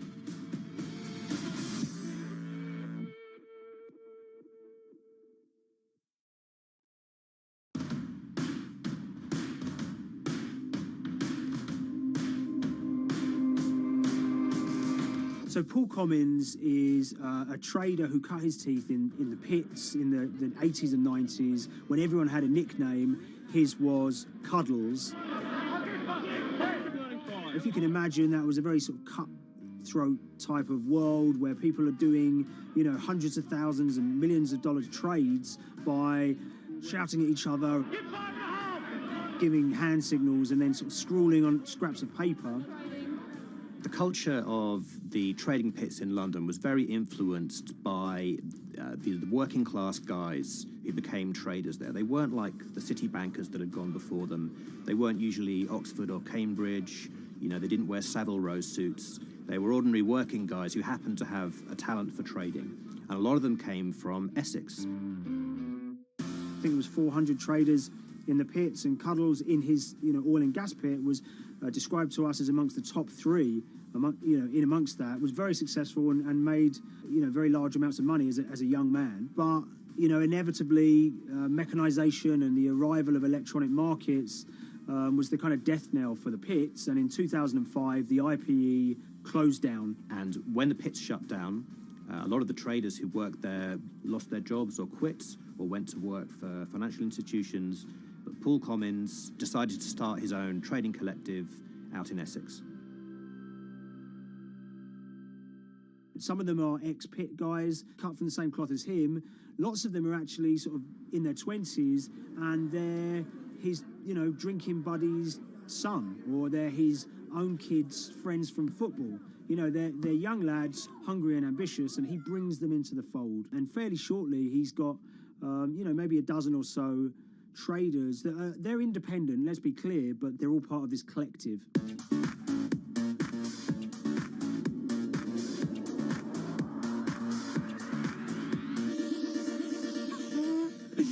Yeah, I'll let Liam deal with this. Connection lost. I am from Essex, so I feel like I'm free to, to get into this. Sweet, as they say. If you were to ask someone in Britain how they would imagine a kind of Essex person, they would see someone who's maybe slightly flamboyant, with a sort of Cockney accent, a sort of Guy Ritchie-style accent.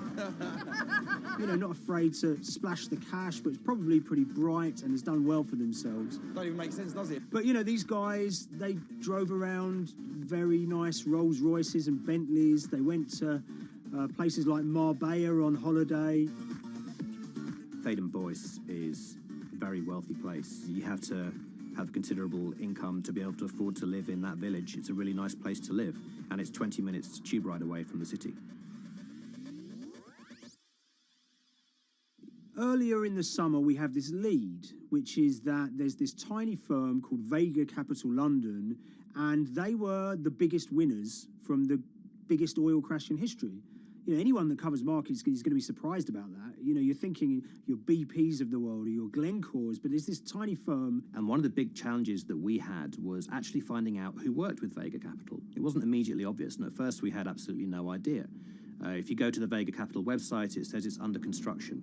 If you do basic online searching, it's very difficult to find anyone who's publicly connected to the company. So inevitably, we're incredibly curious at this point. Like, who the hell are these people? The more reporting we did, the more it became clear that this group were connected socially as well as professionally. They went to weddings together, they played golf together, they would go on holiday together. We found out that a number of them were members of the West Ham Supporters Club in London. A few of them started companies together, so you could see all the connections between them and start to see a distinct group emerging. And it really just was this kind of shock that, this wasn't just like a hedge fund or a firm you'd never heard of. This was actually a group of buddies who all had the same experience on this day and had all made a huge amount of money. So if you're an oil trader, there's a number of different ways you can trade, and probably the most popular is WTI futures contracts. And it's basically a contract that says, I'm going to buy 1,000 barrels of oil from you at this point in the future, or I'm going to sell 1,000 barrels of oil to you at this point in the future. It's actually just a financial contract to gamble on to predict whether oil is going to go up or down. On the 20th of April in Essex, there had been signals for a while that this was going to be an exceptional day in oil markets. And we know that some of them arose early and started their trading in the early hours of the morning while it was still dark outside. Essentially what they were doing is buying contracts that gave them an obligation to buy oil at whatever the price ended up at 2:30 p.m. So they're basically placing a bet that oil was going to fall throughout the day. But they're simultaneously selling lots of oil as well. And whether they make a profit and how much profit they make is the difference between what they buy the oil for and what they sell the oil for. Now, of course, we now know throughout April 20th, the price dropped and dropped. So this is going very well for them. They are committed to selling oil at these prices, and the prices are continuing to fall, which means they're going to be able to offset it and buy oil at cheaper at the end of the day. Now, once it gets to kind of 1:30, 2 p.m., that's when things start to get really interesting. Suddenly there's a kind of influx of buyers and sellers, as desperation increases in the market and trading volumes go up. Now at 2:08 p.m. exactly, something bizarre and unprecedented happened, which is that oil passes into negative territory. And it fell to a record level of minus $38. We've never seen anything like it, period, in terms of the contraction of the global economy. That huge gulf between what they were buying the oil for and what they were selling it for enabled them to make more money than they ever thought possible. So their profit was the difference between minus 37 and all of these positive numbers on every contract they sold. The price of crude briefly hit minus $37 a barrel. For one group of traders operating from a small office, it was a very, very profitable day. It's important to remember this had never happened before in the history of oil trading. No one could have predicted it. I can't think of another example of where you enter a trade and you get paid on both sides. You get paid both to sell and to buy. It's unthinkable. One thing we know about the Cuddles Trading Arcade is that they were very comfortable taking large risks. And, you have to be clear, this was a large risk. Yeah, we spoke to oil traders, both people that know these guys and people that don't, and they all say that this is, incredibly risky. And that's actually what stops a lot of oil traders doing trading like this. They simply aren't willing to stomach the risk. But Cuddles and his friends were. So when the kind of final calculations came down, the group of the 9 most profitable traders made $660 million or thereabouts between them. I mean, if you can imagine, I think 3 or 4 of them made in excess of 100 million each. One of the astonishing things about this trade is that 2 of the individuals who made more than $100 million in a single day were in their 20s. One of them was 22 years old. Only a few years earlier, he'd been posting on his social media about doing teenage stuff with his mates in town and going to see girls and rap music. And here he is a few years later making $100 million in a single day's trading. When me and Liam discovered that, we couldn't believe it. We couldn't believe what we were seeing.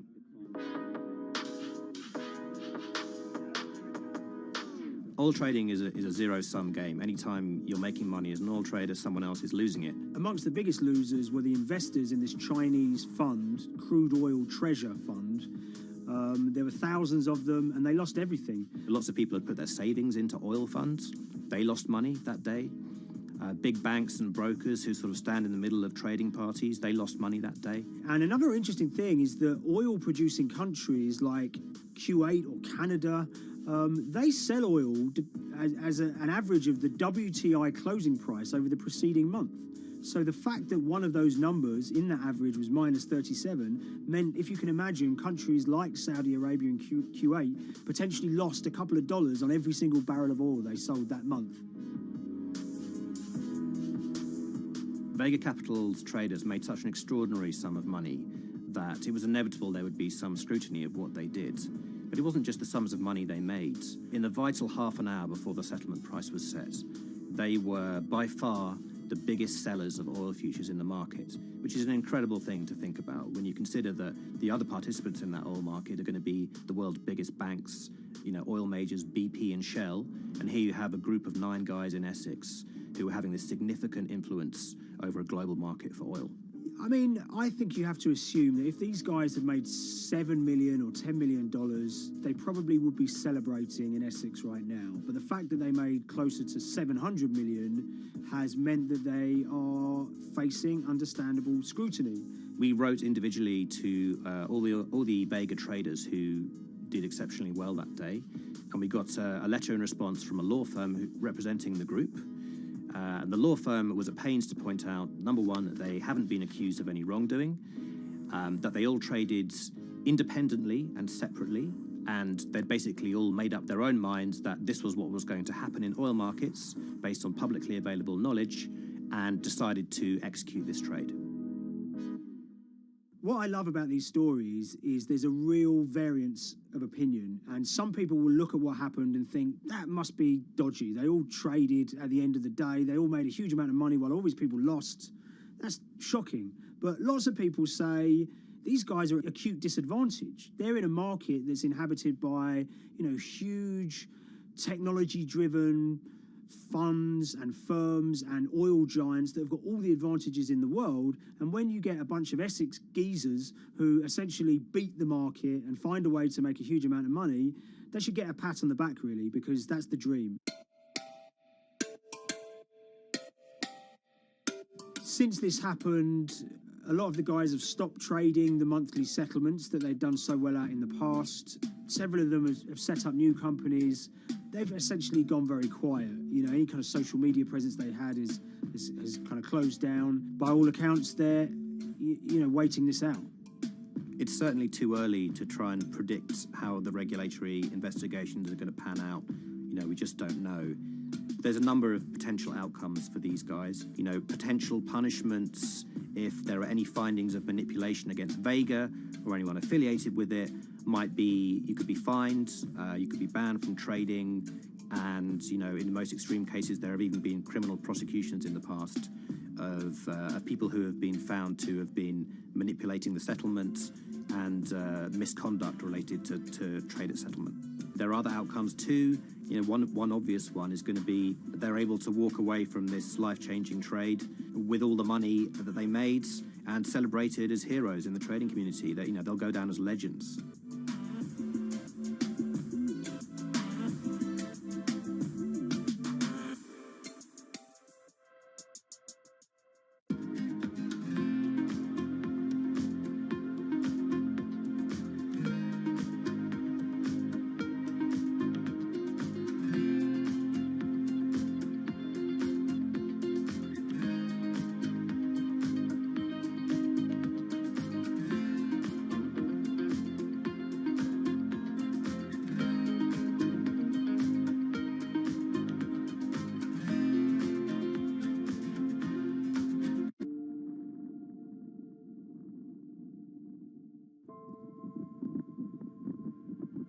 It's very important, given the nature of the climate crisis right now, for the general public to have an understanding of what progress is or is not actually happening. And I think many readers right now, they'll see these hundreds and hundreds of companies making these big, bold climate claims.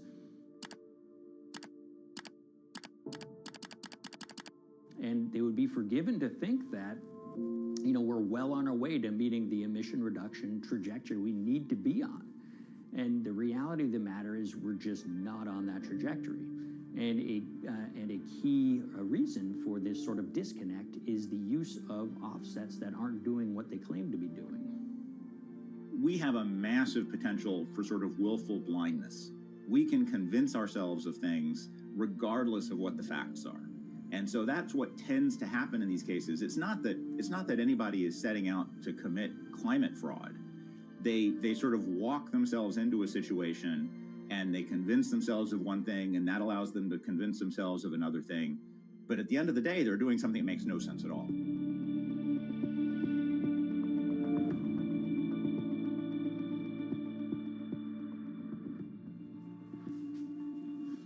My name is Ben Elgin. I wrote the story about how the billion-dollar market for carbon offsets is setting back the fight against climate change. So one of the challenges in reporting on carbon offsets and trying to figure out what's going on is really finding good experts who have been steeped in this marketplace and are willing to candidly talk about it. One of the best people for this is a fellow named Mark Trexler, and I've been talking to him for more than a decade. My name is Mark Trexler. I've worked in climate change for the last 30 years. I was actually hired by the World Resources Institute in Washington to work on the first carbon offset project in 1988. In terms of defining a carbon offset, one of the beauties, so to speak, of greenhouse gases, sort of the silver lining of greenhouse gases, when you put up a molecule of CO2 into the atmosphere, it can be anywhere in the planet in 7 days. And therefore, if there's an option to reduce emissions on the other side of the planet, and you can do that very cheaply as compared to doing it in your factory, for example, then why not pay that person, that factory on the other side of the planet to reduce their emissions? Then you are, in a sense, offsetting your emissions, and the atmosphere doesn't really see your emissions anymore. So carbon offsets have been around for quite some time, and they were actually key with these international climate agreements, such as the Kyoto Protocol, which mandated the wealthiest countries reduce their greenhouse gas emissions. The treaty was signed on the 11th of December, 1997. Decided. The business community in general saw carbon offsets as a huge opportunity to comply with whatever policies and measures might be coming down the pike on climate change much more cost effectively. We've seen a huge surge in companies making big proclamations about how they're going carbon neutral or zeroing out all of their carbon emissions. We're going to reduce our carbon footprint to net zero. Unilever is committing to net zero emissions. We can achieve a net zero emissions world.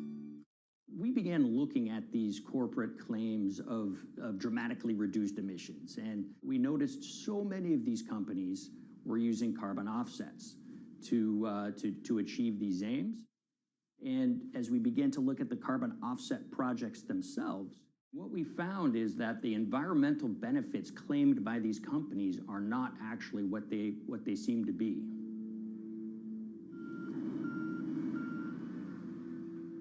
And as we sort of saw and spotted a number of these very aggressive carbon offset projects, which appeared to be generating inflated credits or bogus credits, we saw a number of them were associated with the Nature Conservancy.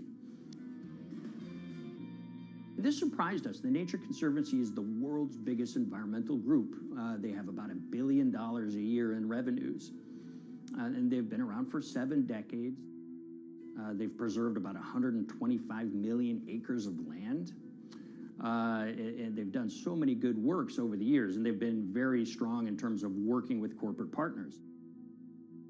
The Nature Conservancy has taken a different approach, a very pragmatic and pro-business approach. They will not go out and criticize a big polluter, but they're very happy to work with them. Some might say that, well, that's selling out, but others would say, and those at the Nature Conservancy would say, these companies have deep pockets. They can help fund important preservation work, and we have absolutely no problem working with them on this stuff. So companies are very warm, and they've partnered with the Nature Conservancy for many years. And yeah, it definitely lends a sheen of credibility to these projects. Here's 20 new reasons to visit Disney World this year. 1, 2, 3. If you look at, for instance, Disney, that's a sprawling company with theme parks and cruise lines that burn up diesel fuel. They have office buildings and television studios that consume electricity. So these companies are trying to make major reductions in their carbon footprints, but it's very difficult to change these fundamental ways their businesses operate. So Disney has been a big buyer of carbon offsets that are orchestrated by the Nature Conservancy. One of the projects that they buy from is called Pennsylvania Ridges. And that's a plot of land. Most of the land is actually about a 3-hour drive outside of Philadelphia. Interestingly, this land, 3,000 of these acres, was actually acquired by the Nature Conservancy in the late 1990s. This land was imminently threatened. There was a pending logging contract on this land. So they do what they've done so well for all of these years, which is they go out, they raise money from local philanthropists, and they go buy this land to protect it from developers and loggers. And at the time, according to an archived version of the Nature Conservancy's website, when they were proudly announcing this deal, they said, these threats have been abated because of this acquisition by the Nature Conservancy. So it's really interesting now, fast forward 2 decades to earlier this year when they put forward this carbon project. And if you look through it, this land is a key part of that carbon project. And what they're now saying is this land is now, once again, imminently threatened. 72% of the trees are going to be cut within 5 years. Now, this is just astounding because this land is owned by the Nature Conservancy. They do not clear-cut land that they've bought through philanthropic donations. So this scenario that they've put forward to get carbon revenues is not really plausible. And what that means is when you have Disney coming in and buying these credits, when it eventually lowers its carbon footprint because of these credits, well, that won't be a credible or truthful claim by Disney.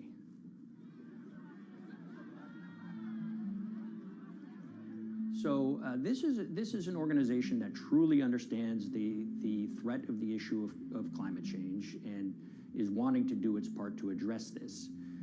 However, in this situation, it just appears their drive, which they've had for decades, to increase the amount of revenues that it can use for land preservation work. Nature Conservancy and many others see that carbon credits as a pot of money that they can tap into to further their own benevolent aims.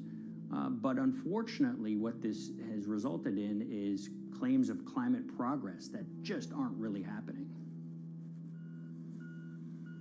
So the Nature Conservancy defends vigorously these deals, and they and others will say, look, our projects are just following the rules that these registries set up. So some would also put some of the blame on the registries themselves because they're setting up the rules which allow these vapid projects to get up and sold.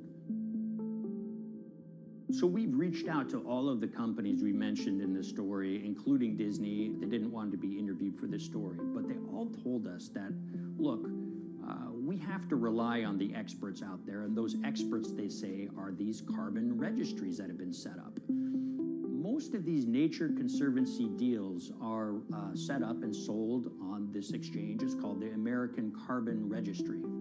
Now, it's the oldest of these registries that allow voluntary carbon credits to be sold. They've been around since 1996. What these offset registries do is they set up rules, and any carbon offset project has to follow those rules. But there's this tension that's always there. If the rules are too strict, then it's going to be very hard for carbon offset projects to get up and running. So there's this balance going on where the registries want rules that attract projects, but they don't want it to be so strict where it will disincentivize projects from getting listed.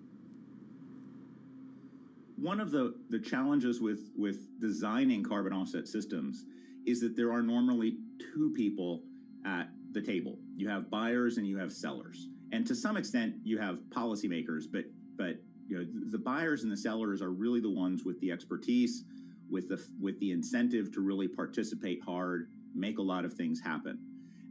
And the challenge there is that both of them sort of want the same thing, or they're both happy with the same thing. They're happy with low-cost offsets and a lot of them, because that works for their business model. You end up, though, with nobody really representing the atmosphere, so to speak.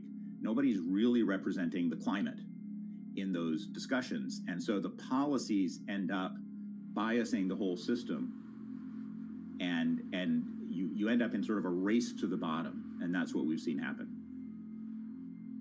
You know, when it comes specifically to the topic of carbon offsets, you know, I am a fan of carbon offsets in the sense that they can help mitigate climate change. They absolutely can. But, you know, if we're not going to do it correctly in a way that actually does help mitigate climate change, then it's nothing but a distraction. And, you know, after 30 years, you have to start wondering, is it really just a distraction? And that's really unfortunate, but that's where we are. Ultimately, what needs to happen is systemic change. You know, we're sort of nibbling around the edges with some of these different things. We need to change how we produce energy. We need to change how we transport ourselves. We need to change what and how we eat. You know, we need systemic change associated with transitioning to a low carbon economy. A lot of what we're doing today is not promoting systemic change. It's sort of trying to stick your thumb in the dike to preserve the current system. And at the end of the day, that can't really work.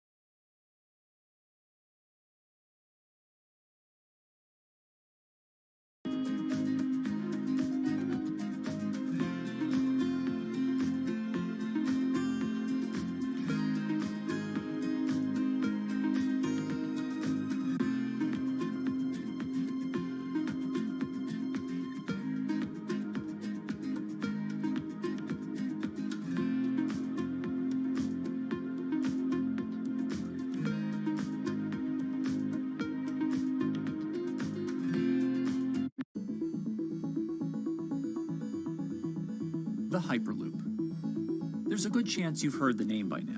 This is the Hyperloop system. It can take people hundreds of miles in minutes. The Hyperloop, a series of tubes that would transport people in pods at ultra-high speeds over long distances.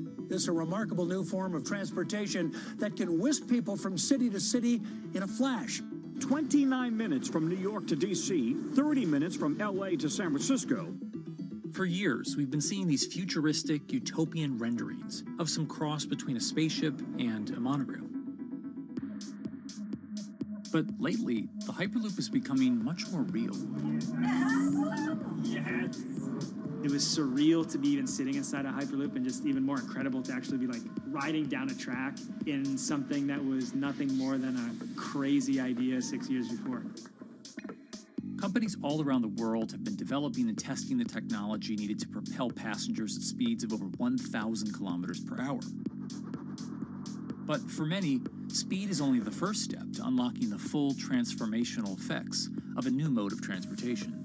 Fast is what we just sort of take for granted in the Hyperloop world. It's the network effects that really deliver the benefit. And that opens up a completely different scale of economic opportunity.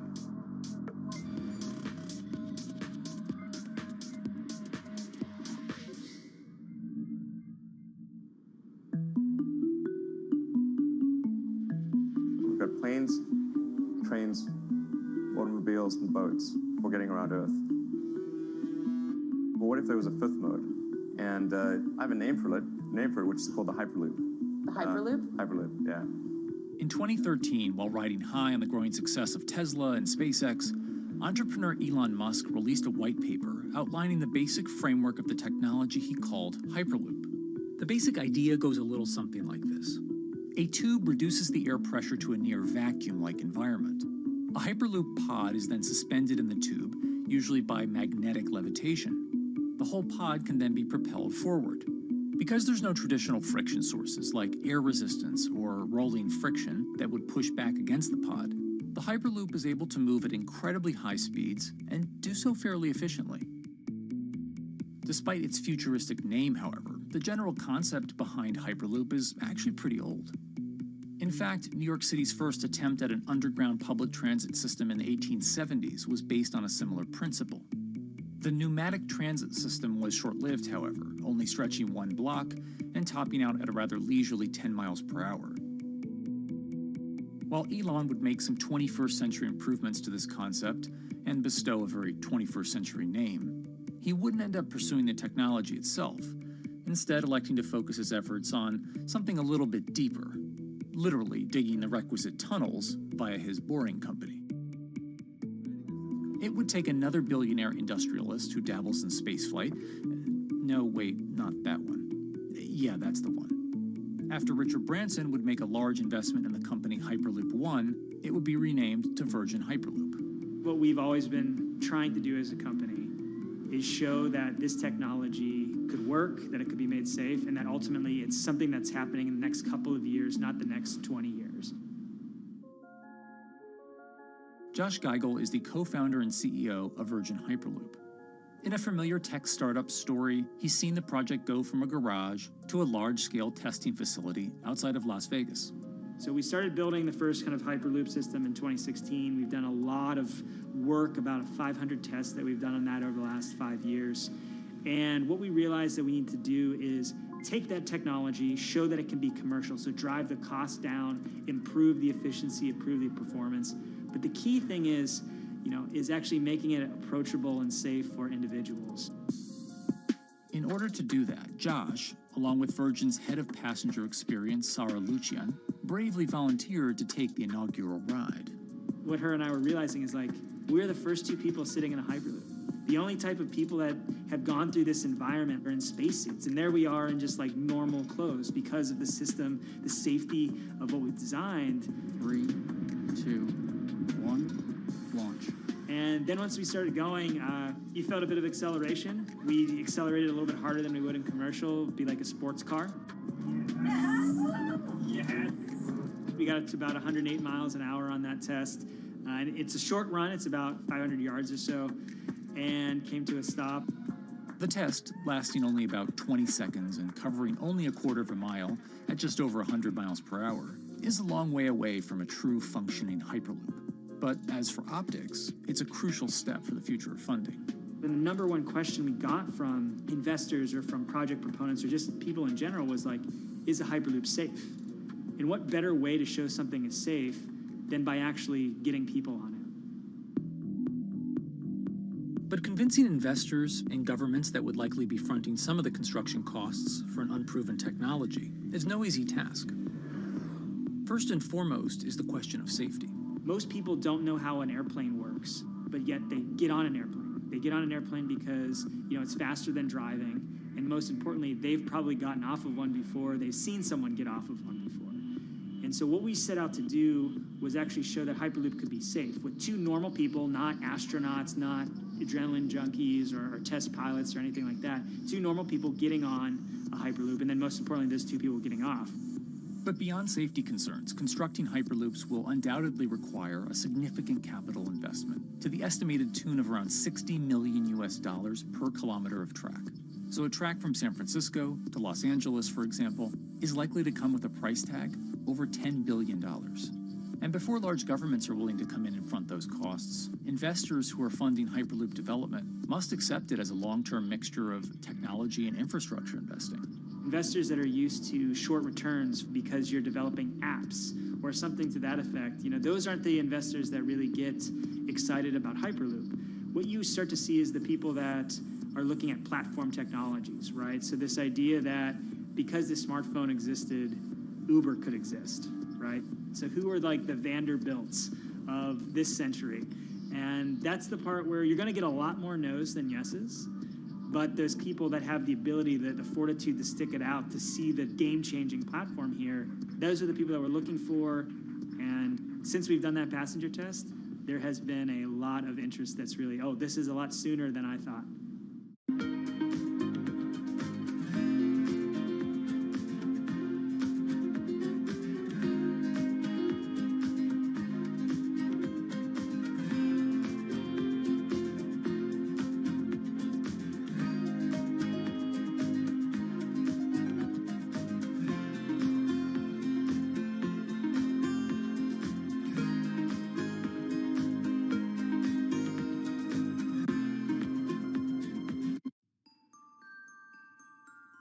Envisioning the ripple effects of what Hyperloop could achieve, though, is fairly challenging at this stage of development.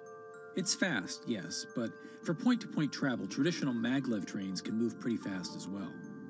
And outside of China, South Korea, and Japan, even those haven't seen much adoption elsewhere due to the high costs and questionable profitability. The Shanghai line in China, for example, loses around $100 million every year. Hyperloop companies, however, believe they can offer something different than traditional railway lines. My name's Alan James, and as far as I know, I'm the only guy on the planet who's written a government-level business case for 300 kmh conventional high-speed rail, 500 kmh maglev, and 1,000 kmh Hyperloop. It's fundamentally about moving people from where they are to where they want to go, when they want to make those journeys, and doing it in much smaller numbers. So pod designs for Hyperloop range from 12 to 28 seats, typically. Why are they small? It's because small enables the network to operate flexibly. And a great example of that is the east-west strategic route across the north of England, from Liverpool to Manchester to Leeds. So to get from Liverpool via Manchester to Leeds by train is just short of 2 hours today. It'll probably take you 2 hours driving as well in average traffic conditions.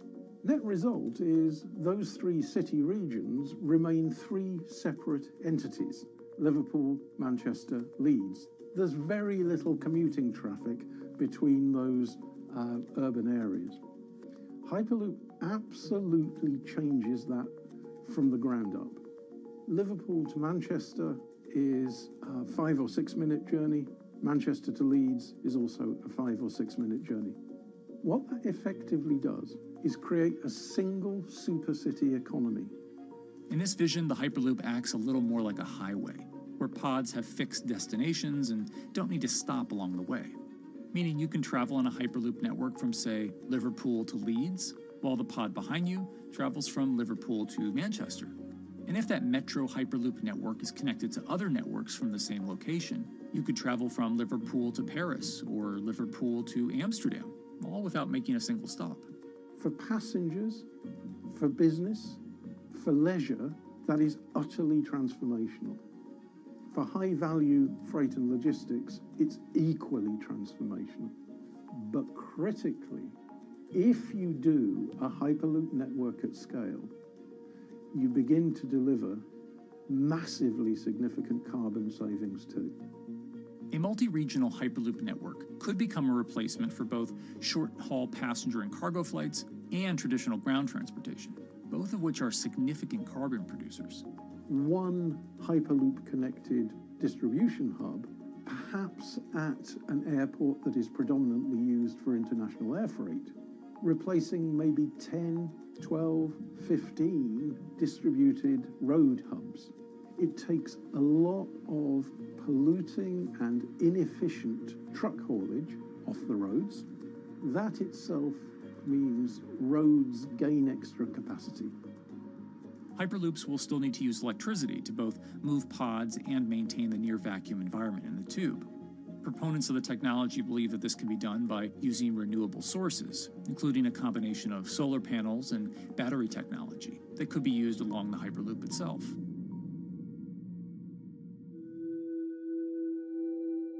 But even with all multipliers of time and carbon emission savings that a Hyperloop network may provide, the investment capital required to actually build such a network becomes even more economically and politically daunting. Committing doesn't mean spending billions on day one. Committing means, how do we phase it?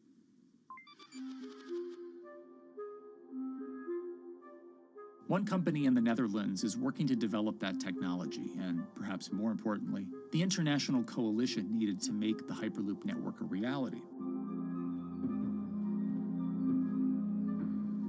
So we are here in Europe's first full-scale Hyperloop test facility, where we can already prove every conceptual technology of the Hyperloop. This is Tim Houter, a co-founder and CEO of Hart Hyperloop, headquartered in the city of Delft. And while this testing tube might not seem as large as others, inside is a key technology to create the on- and off-ramp type infrastructure of a Hyperloop network. That is, a lane switch. That's something we can already test here. You can actually see it here, that the track is diverging from one track into two. That makes it possible to eventually split up the Hyperloop track in two sections. And in that sense, you can create a complete Hyperloop network that in the end will make it possible to travel, for example, over a whole continent. And take Europe, for example, with the same ease as you can now travel with a metro in a city. The nice thing about this magnetic levitation system that we've developed is that there's absolutely zero moving components in the track. So for example, if you have to do a lane switch, all you do is that the tube basically splits up, and statically the tracks also split up. And whenever the vehicle enters a switch, it either pulls itself to the right with its magnets, or it pulls itself to the left with its magnets.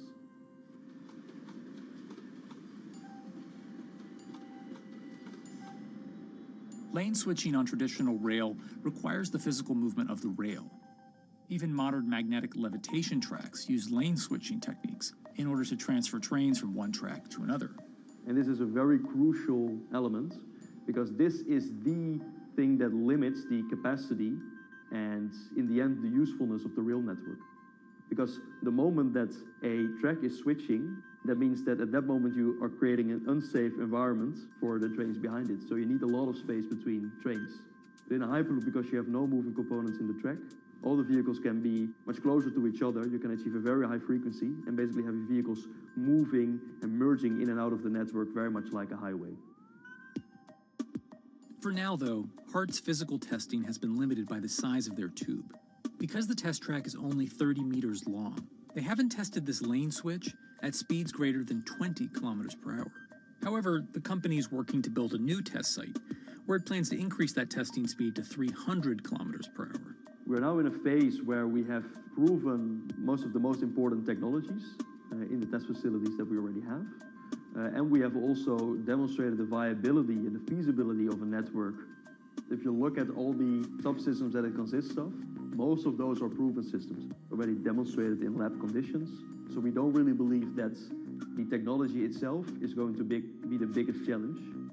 Because for all Hyperloop companies out there, Actually building a Hyperloop system requires more than just a good product.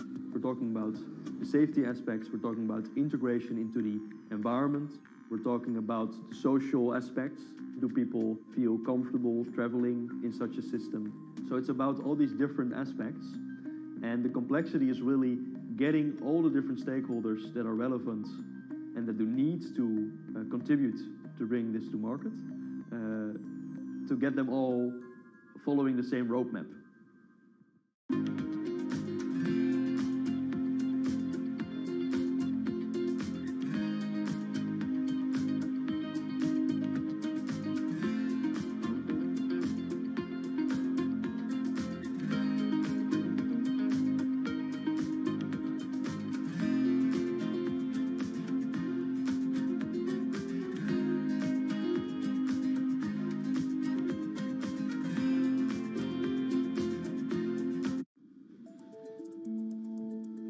In order to help build this coalition of private and public interest in Hyperloop development, HART in 2018 partnered with other Hyperloop companies from Europe and Canada.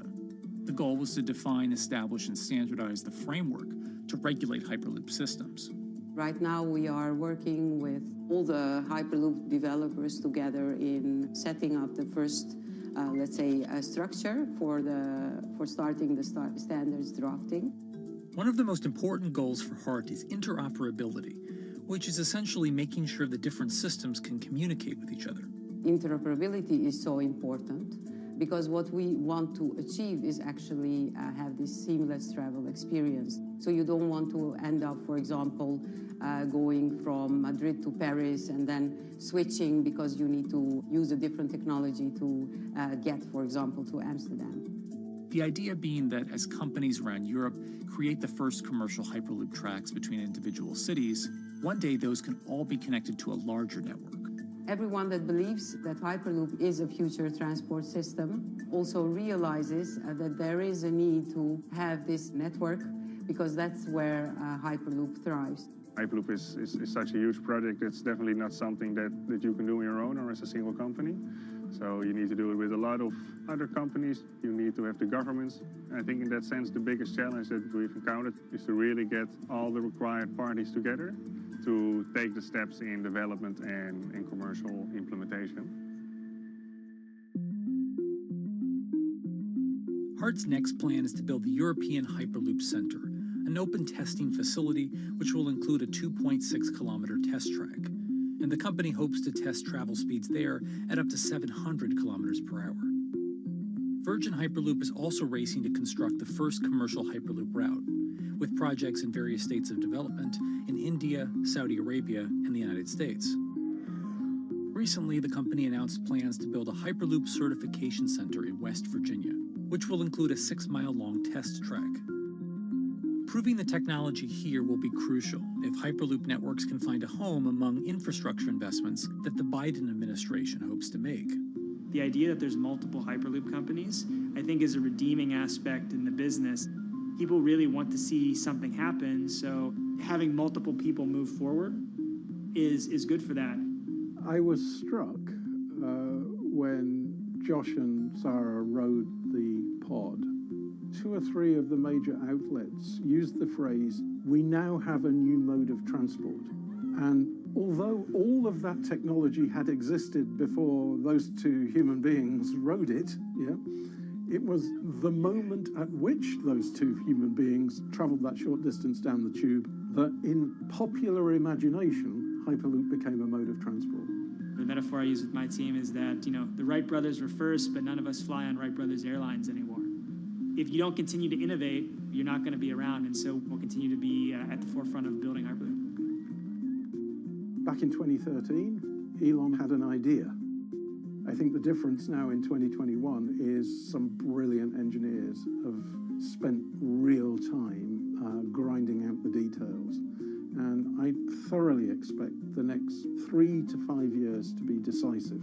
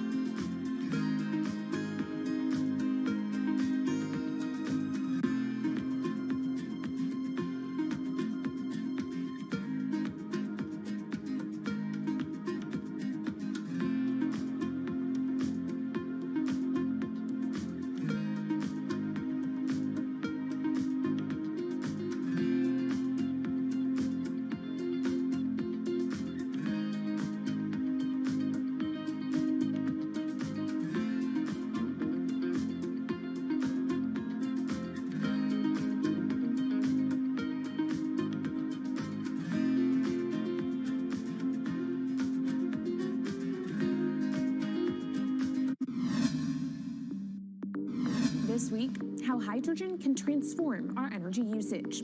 We'll look at why the universe's most abundant element could be a game changer in the climate revolution. Hydrogen technologies are not new. They are used in other sectors. We use them in space, on our rockets, and we don't need the laws of physics to change to be able to use hydrogen on our planes. From iron ore to green hydrogen, one of Australia's richest men tells us about his pivot to sustainable energy. Let's take action. It's practical, it's implementable. Let's do it now. Plus, the hydrogen revolution. We'll speak with the CEO of Italian utilities firm Snam about his new book and how green hydrogen could be competitive within 5 years. Costs are coming down and people are waking up to the fact that it's the only way to decarbonize certain sectors. From Bloomberg's global headquarters in New York, I'm Kaylee Lyons, and this is Bloomberg Green.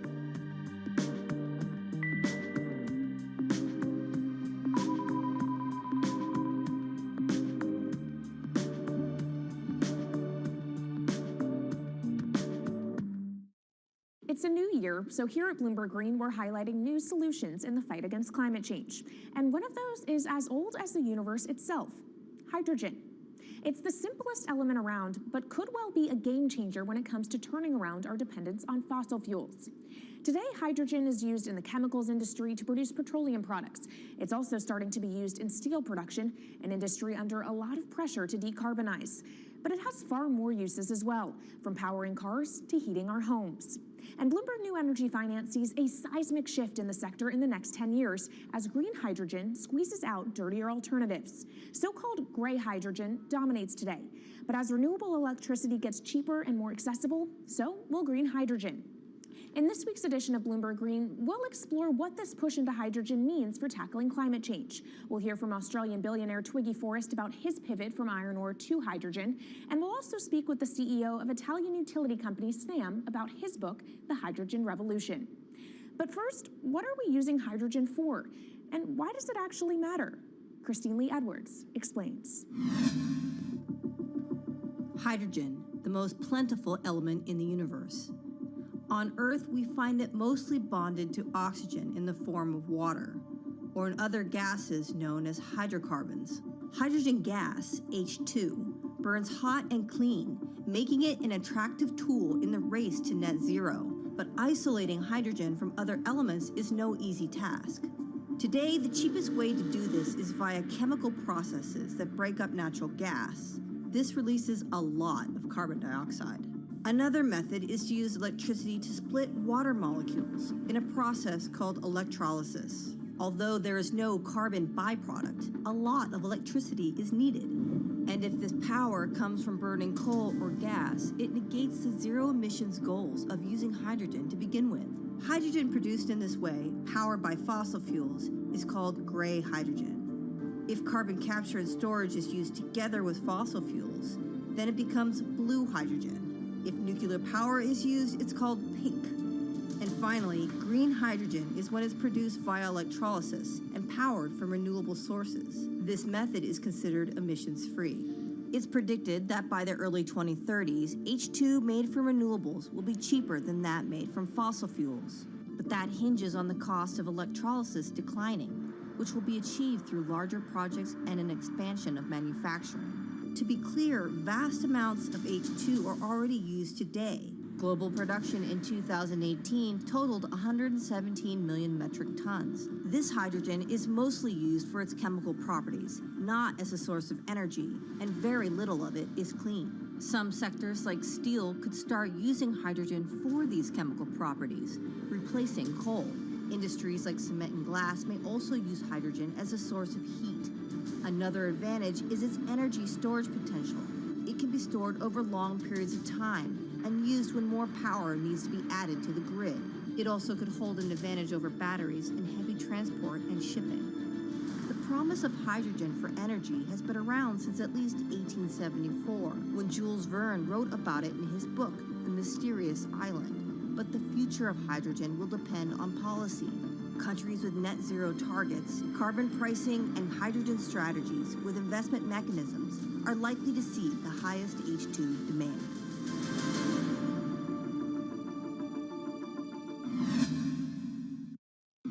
That was Bloomberg's Christine Lee Edwards explaining what hydrogen means for the energy transition. But how are businesses approaching the sector? Well, one of Australia's richest men is making a big play into hydrogen. Andrew Forrest, better known as Twiggy, made his fortune from iron ore, being the chairman, former CEO, and major shareholder in Fortescue Metals, one of the world's biggest miners. But after having made over $10 billion in profit from the metal in the last fiscal year, Twiggy wants to transform Fortescue into a clean energy company. He's been scouring the planet in search of investment opportunities in hydrogen and renewables. The firm plans to allocate up to 10% of its annual profits for green energy investments and is exploring projects across the globe, from Indonesia to Argentina. Francine Lacqua caught up with Twiggy Forrest. There's only one type of clean hydrogen, all the rest is dirty. Yeah. That is green. If you just say green hydrogen is clean, the rest is dirty, then you've actually nailed it. And, you know, anyone else who produces any other rubbish, any other argument, just look them there and say, why is global warming accelerating if anything you're saying is true? And then you'll know, actually, it's greenwashing. Yeah, but there's a lot of greenwashing because I keep on being told it's a transition. We can't just, make the transition at a click of a finger. So what are we doing wrong? What can we do better? I don't remember the personal computer having to transition the typewriter. I really don't remember that. I don't remember the smartphone having to transition the pocket calculator and the old landline. You know, its transition line is complete rubbish. The lie got put to it 2 days ago when JCB, a really loved British company, every right for the country to be proud of JCB, and Fortescue, holding a bit of a similar reputation, fantastic track record, everyone's done super well from Fortescue, huge balance sheet, super strong. When those two companies got together and agreed a $7 to $9 billion US agreement per annum, right, then that's a real wake-up call to say, hang on, green hydrogen is obviously commercial now.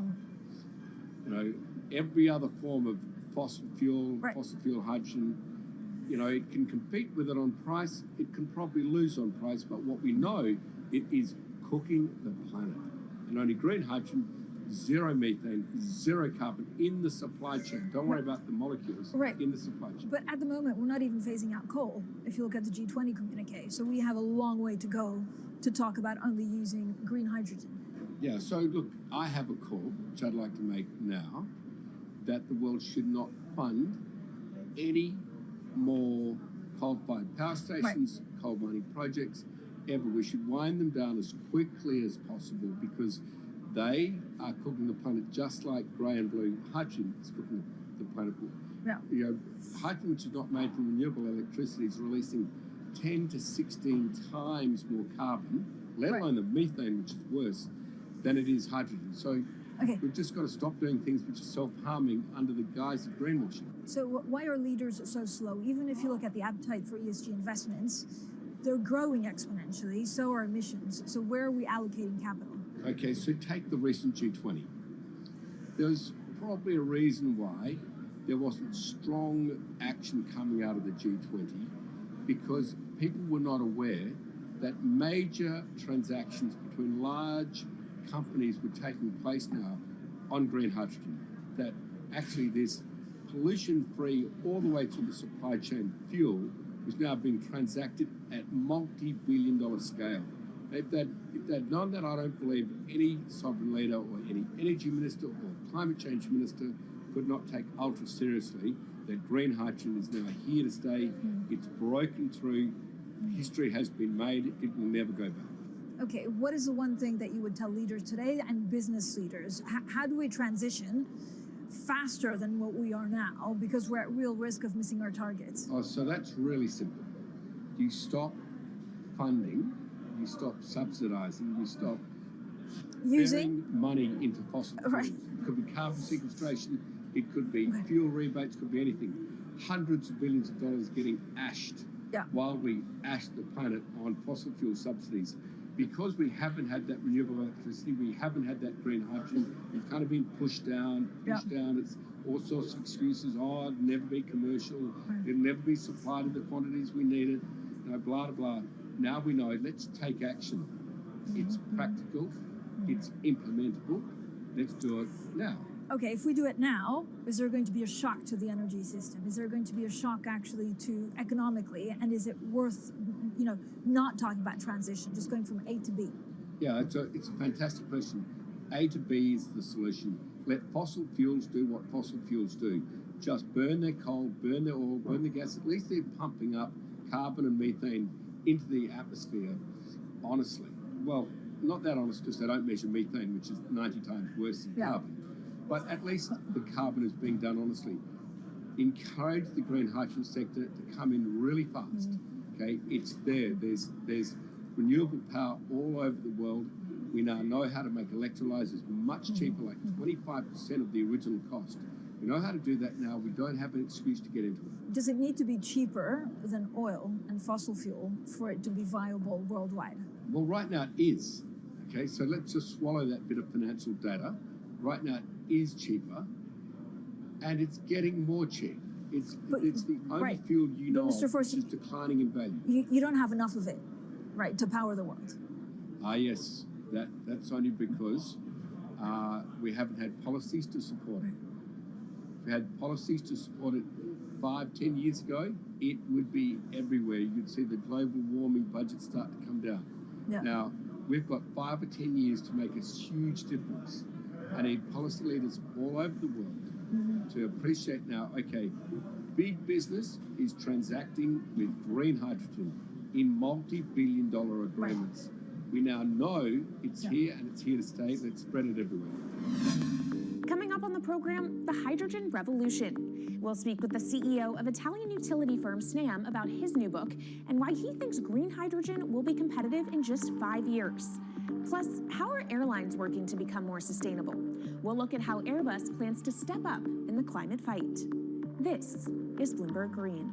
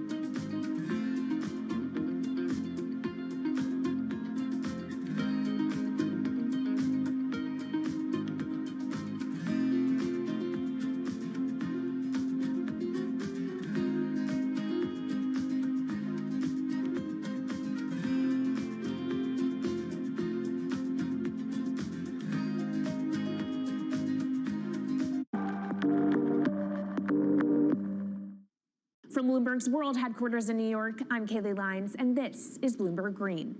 What will the world look like in 2050? Will global temperatures have stabilized, electric vehicles be abundant, and solar and wind power homes around the world? According to Marco Alvera, the CEO of Italian energy company Snam, that vision of the future could be a reality. And he says that hydrogen will pave its way. As he tells it in his new book, The Hydrogen Revolution, Alvera's moment of reckoning came in November 2018 when he tasked the Snam Scenarios team with studying how Europe could reduce its CO2 emissions to zero by 2050. Looking through the results of the study, Alvera said he was struck by how much hydrogen was in Europe's energy mix by that year. Beyond the abundance of hydrogen, the SNAM model also predicted that it would be the cheapest form of decarbonized energy for many sectors, and that it could be cheaper than today's prices for oil, coal, and nuclear power. Our Maria Tadeo spoke with Alvera at COP26. It's happening all very fast. We see the cost of hydrogen coming down a lot. Hydrogen will play a big role in the energy mix. I don't know if it's going to be 15 or 25% of a fully decarbonized energy system, but it's going to be big. Costs are coming down, and people are waking up to the fact that it's the only way to decarbonize certain sectors, the so-called hard-to-abate sectors. And you say it's the only way and the costs are coming down. Where do you see prices moving? Because a lot of the reticence at times has to do with the pricing, that some argue, well, it's still not the cheapest option on the market.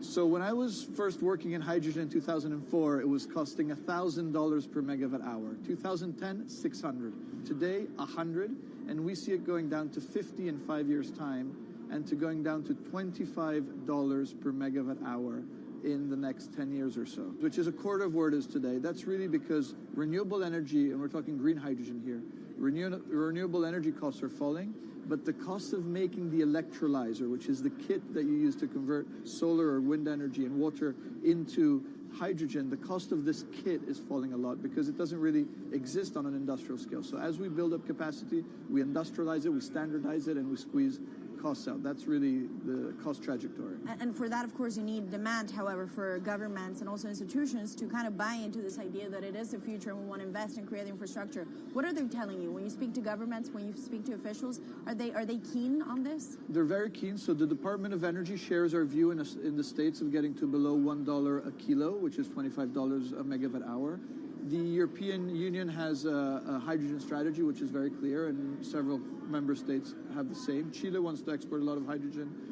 China's big on hydrogen. Australia's very big on hydrogen. Japan is blending already hydrogen. So I would say the world is now really focused on this because it's the only way to store energy for a long period of time economically is to convert it into either a liquid or a gas. And of course, you talk about the price, but the other big component is the volume. You know, how big can you go? Where do you see that on a time scale? So wherever it's sunny or windy, you can produce very cheap hydrogen eventually. And so compared to oil and gas, which are concentrated in few parts of the world, it's going to be very democratic from that point of view. So every sunny place, every desert, every ocean wind can be turned into hydrogen that we can put on ships, in pipes, and really start trading it around the world. So it's going to happen a lot faster than a lot of people think. So, and when you say a lot faster, what is that in time? As I said, $50, which is essentially oil parity within 5 years. And then, depending on how quickly we ramp it up after that, we could get to $25, which is coal parity before the end of the decade. And in big scale. In big scale, because once you get to coal parity, that's the only way we're going to get China and India to stop burning new coal. We have businesses in China and in India, and I see a lot of hydrogen development, a lot of renewable development in both countries. The India announcement was incredibly strong on 2030. Some people were upset about the 2017 net zero deadline, but when it comes to 30, he announced a big, big commitment to get to 50% renewables. Were you surprised by it? I was surprised that they would make it so explicit, and even the net zero is a big thing for them. And so I think it will happen faster than 2070 because of the falling cost of renewable and hydrogen. India's burning 80 gigawatt of oil, of diesel, to keep the lights on. So there's an immediate opportunity there, and we're very interested in working in that country. And with regards to China, perhaps the fact that we haven't really seen them active, I guess the diplomats are working on this, but we haven't really seen the leadership. It's going to be technology, it's going to be industry. I think China has committed to a net zero, which is very important. At the G20, China was clearly behind the 1.5 degrees. So I think a lot has been achieved between the G20 and COP, and I think what's really important is to see in the coming years how quick it's in our hands to make part of this happen in 5 years, or it could otherwise happen in 15, 20 years. It's about building the project. The capital is there. We saw how many trillions of dollars are already committed. What's missing is really the projects, and that's where companies like us step in. Marco Alvera, CEO of SNAM there, speaking with our Maria Tadeo. Let's turn now to the aviation industry. It's a big contributor to global greenhouse gas emissions, and it's under pressure to change that. In October, the International Air Transport Association, a trade body representing airlines, approved a target of achieving net zero emissions by 2050. To achieve that, many airlines in the US and Europe are looking to buy sustainable aviation fuel made from renewable sources like used vegetable oil. Initiatives like these are pushing plane makers to come up with some radical new aircraft that will eventually cater to our growing appetite for travel without hurting the environment. We took a look at how Airbus, the world's #2 aircraft manufacturer, is stepping up to the challenge. How long until we can fly emission-free? Airbus says it's more confident by the day it can be done by its 2035 target. Airbus's CEO spoke about its ambitions for hydrogen-powered planes at the company's summit in France. The physics works. Hydrogen technologies are not new. They are used in other sectors. We use them in space on our rockets, and we don't need the laws of physics to change to be able to use hydrogen on our planes. So every day we become more confident, but we think we need to have a plane, we need to have the right fuels, the hydrogen available in the right quantity at the right place at the right time, and we need the regulations to be ready. So we really need the work and the collaboration of many people around the globe to make it happen on time. But it could be a long wait until green passenger jets go mainstream. Larger aircraft with more than 150 seats are not expected to feature globally until about 2050. That means manufacturers and airlines today are under growing pressure to ramp up short-term innovations to cut their carbon. In the long term, meeting the ambitious plans for so-called green hydrogen means building a giant industry almost from scratch. To make that happen, British airline EasyJet is among those saying governments need to get involved and fast. Aviation's emissions over the last 3 decades leading up to the pandemic grew by about 80% to over 1 gigaton, and that's projected to double by 2050.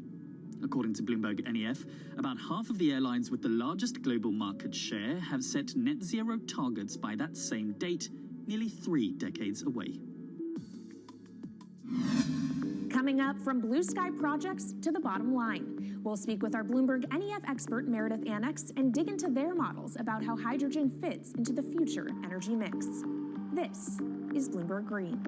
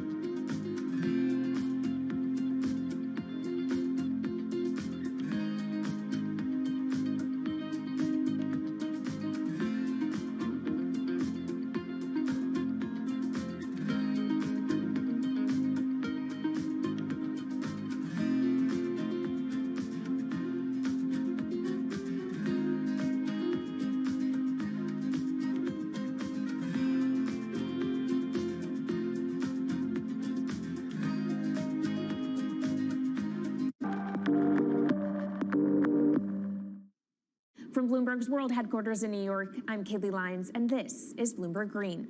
Now let's bring in Meredith Annex, our Bloomberg NEF hydrogen specialist, to talk more about how hydrogen could change the energy landscape. So Meredith, what place do you think hydrogen is likely to have in the future energy mix globally? Hydrogen's this incredible solution for us as we look to decarbonize because it's a perfect solution in areas that are hard to electrify. So where we like to think about hydrogen playing a role, it's in things like heavy industry, especially where you need a feedstock as well as energy source. and in things like dispatchable power, long-haul transport, maybe even shipping and aviation. That sounds great that it can be used for such diverse industries. At the end of the day, though, how much is this going to cost? Well, that's the amazing thing about hydrogen, because depending on how you make it, it can actually see significant cost declines in the future. So when we're talking about clean hydrogen, we usually mean green hydrogen produced from renewable electricity. And in that case, your hydrogen is almost as cheap as the renewables that are used to make it. So if you're in a place with really good renewable resources, you'll be able to have cheaper hydrogen. But even in places with less good resources, we think that hydrogen can be cheaper than $1 per kilogram, which is the price of unabated hydrogen today, and around $8 per million BTUs for those who prefer to think in energy units. And that can be achieved anywhere in the world by 2050, we believe. All right, so let's talk about kind of the pros and cons list. I don't know where cost fits into that, but what are the advantages to hydrogen over other renewables, and then what are the drawbacks? Yeah, main advantage is the fact that hydrogen can serve roles that electrons struggle with. And that's things like seasonal storage, for instance, or just anything where you need storability, where electrons are harder to store, hydrogen is going to be easier. That also leads to a downside, though, because hydrogen is less energy dense than the usual things that we use for storable energy today, like coal or oil or natural gas. So you will need more volume of storage to handle the same amount of energy. Let's talk about the viability as well and how it may differ in different geographies. What is your view on that? Yeah, so for green hydrogen, again, from renewable electricity, really places with the best renewable resources, things like Latin America or the Middle East, even Southern Europe, have really, really good potential for producing hydrogen. And then when you're looking at blue hydrogen, which is produced from natural gas or coal with carbon capture and storage, we do see that becoming more expensive than green hydrogen in the future, especially as renewable electricity costs come down. But that can be a viable option in places like the US Gulf Coast or Russia, where you've got good geological storage for the carbon, as well as ample natural gas that's quite cheap. All right, great breakdown. Thank you so much to our Meredith Annex, our Bloomberg NEF hydrogen specialist. And of course, you can get more from the Bloomberg NEF team on the terminal and online. And they've recently done a podcast called Hydrogen 101 as part of its Switched On series. So from iron ore titans pivoting to cleaner energy to talk of a hydrogen revolution, that's it from this week's edition of Bloomberg Green. We'll be back next week with a deep dive into the state of electric vehicles. And you can keep the conversation going by following us on YouTube, Instagram, and Twitter @Climate. I'm Kaylee Lyons from Bloomberg's World Headquarters in New York, and this is Bloomberg Green.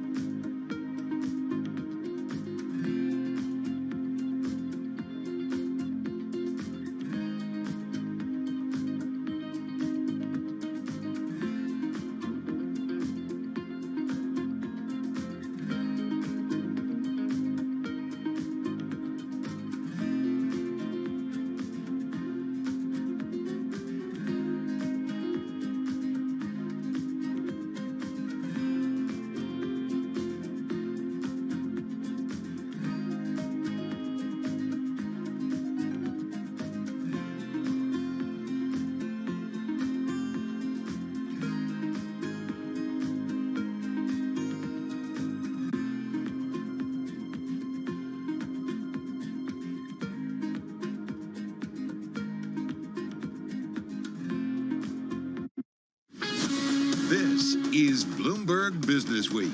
Insight from the reporters and editors who bring you America's most trusted business magazine. Plus, global business, finance, and tech news as it happens. Bloomberg Business Week with Carol Masser and Bloomberg Quick Takes Tim Stenovic on Bloomberg Radio. All right, everybody, it's a bit chilly in the studio, a bit chilly on Wall Street, and yeah, we're getting ready for that Fed decision tomorrow. Fed. Wait, what? What? What, Fed decision? There's a Fed decision? Yeah, I mean, it's not like we've been mentioning it every day, right? I know, right? God, if I just had a nickel for every time, right? It is Tuesday, November 1st, 2022. Stocks down. Good economic news again, viewed as some bad news when it comes to Fed policy. And Tim, that is top of mind. Yeah, we're looking at it from several angles, including that darn dual mandate that the Fed is charged with. Plus, Elon Musk quickly working to make his mark on Twitter. Man, right? Woo, He doesn't happening wait. quickly. No moss growing there. No. Also, can an election denial alliance save Republican Senate hopes in Arizona? So much to unpack in Max Chafkin's story. It's pretty dense, but good. And we are still in earnings season, Yep. Carol. We got AMD, we got Mondelez, we got EA after the close, among others. Yep, and we've got a former special assistant to Jack Ma going to talk about his new book on Alibaba. All of that to come. We begin with a check on the trading day and Charlie Pellett. Hey, Charlie. Hi, thank you very much. Here's what's going on. As you guys mentioned, stocks lower across the board. You also touched on Elon Musk, so let's begin there. Musk saying in a tweet that he will offer its optional Twitter Blue monthly subscription price for $8, lowering it from the initial $19.99. Stocks are off session lows, still red on the screen. The Dow, the S&P, NASDAQ 100 index, all trading lower as traders assess this morning's economic data for clues as to whether the Fed will be able to decelerate its pace of monetary tightening soon to prevent that hard landing. S&P down 10 now. That is a drop of about 0.3%. The Dow's down 66 points now, lower by 0.2%. NASDAQ down 67, a decline there of 0.6%. The 10-year yield 4.04%, with the 2-year 4.53%. Spot gold up 1%, now $16.50 the ounce. Crude, big story today, surging by 2.3%, up $2 a barrel, $88.52 for a barrel of WTI. Well, Fed policymakers have begun their two-day meeting with another jumbo rate hike, considered to be a done deal.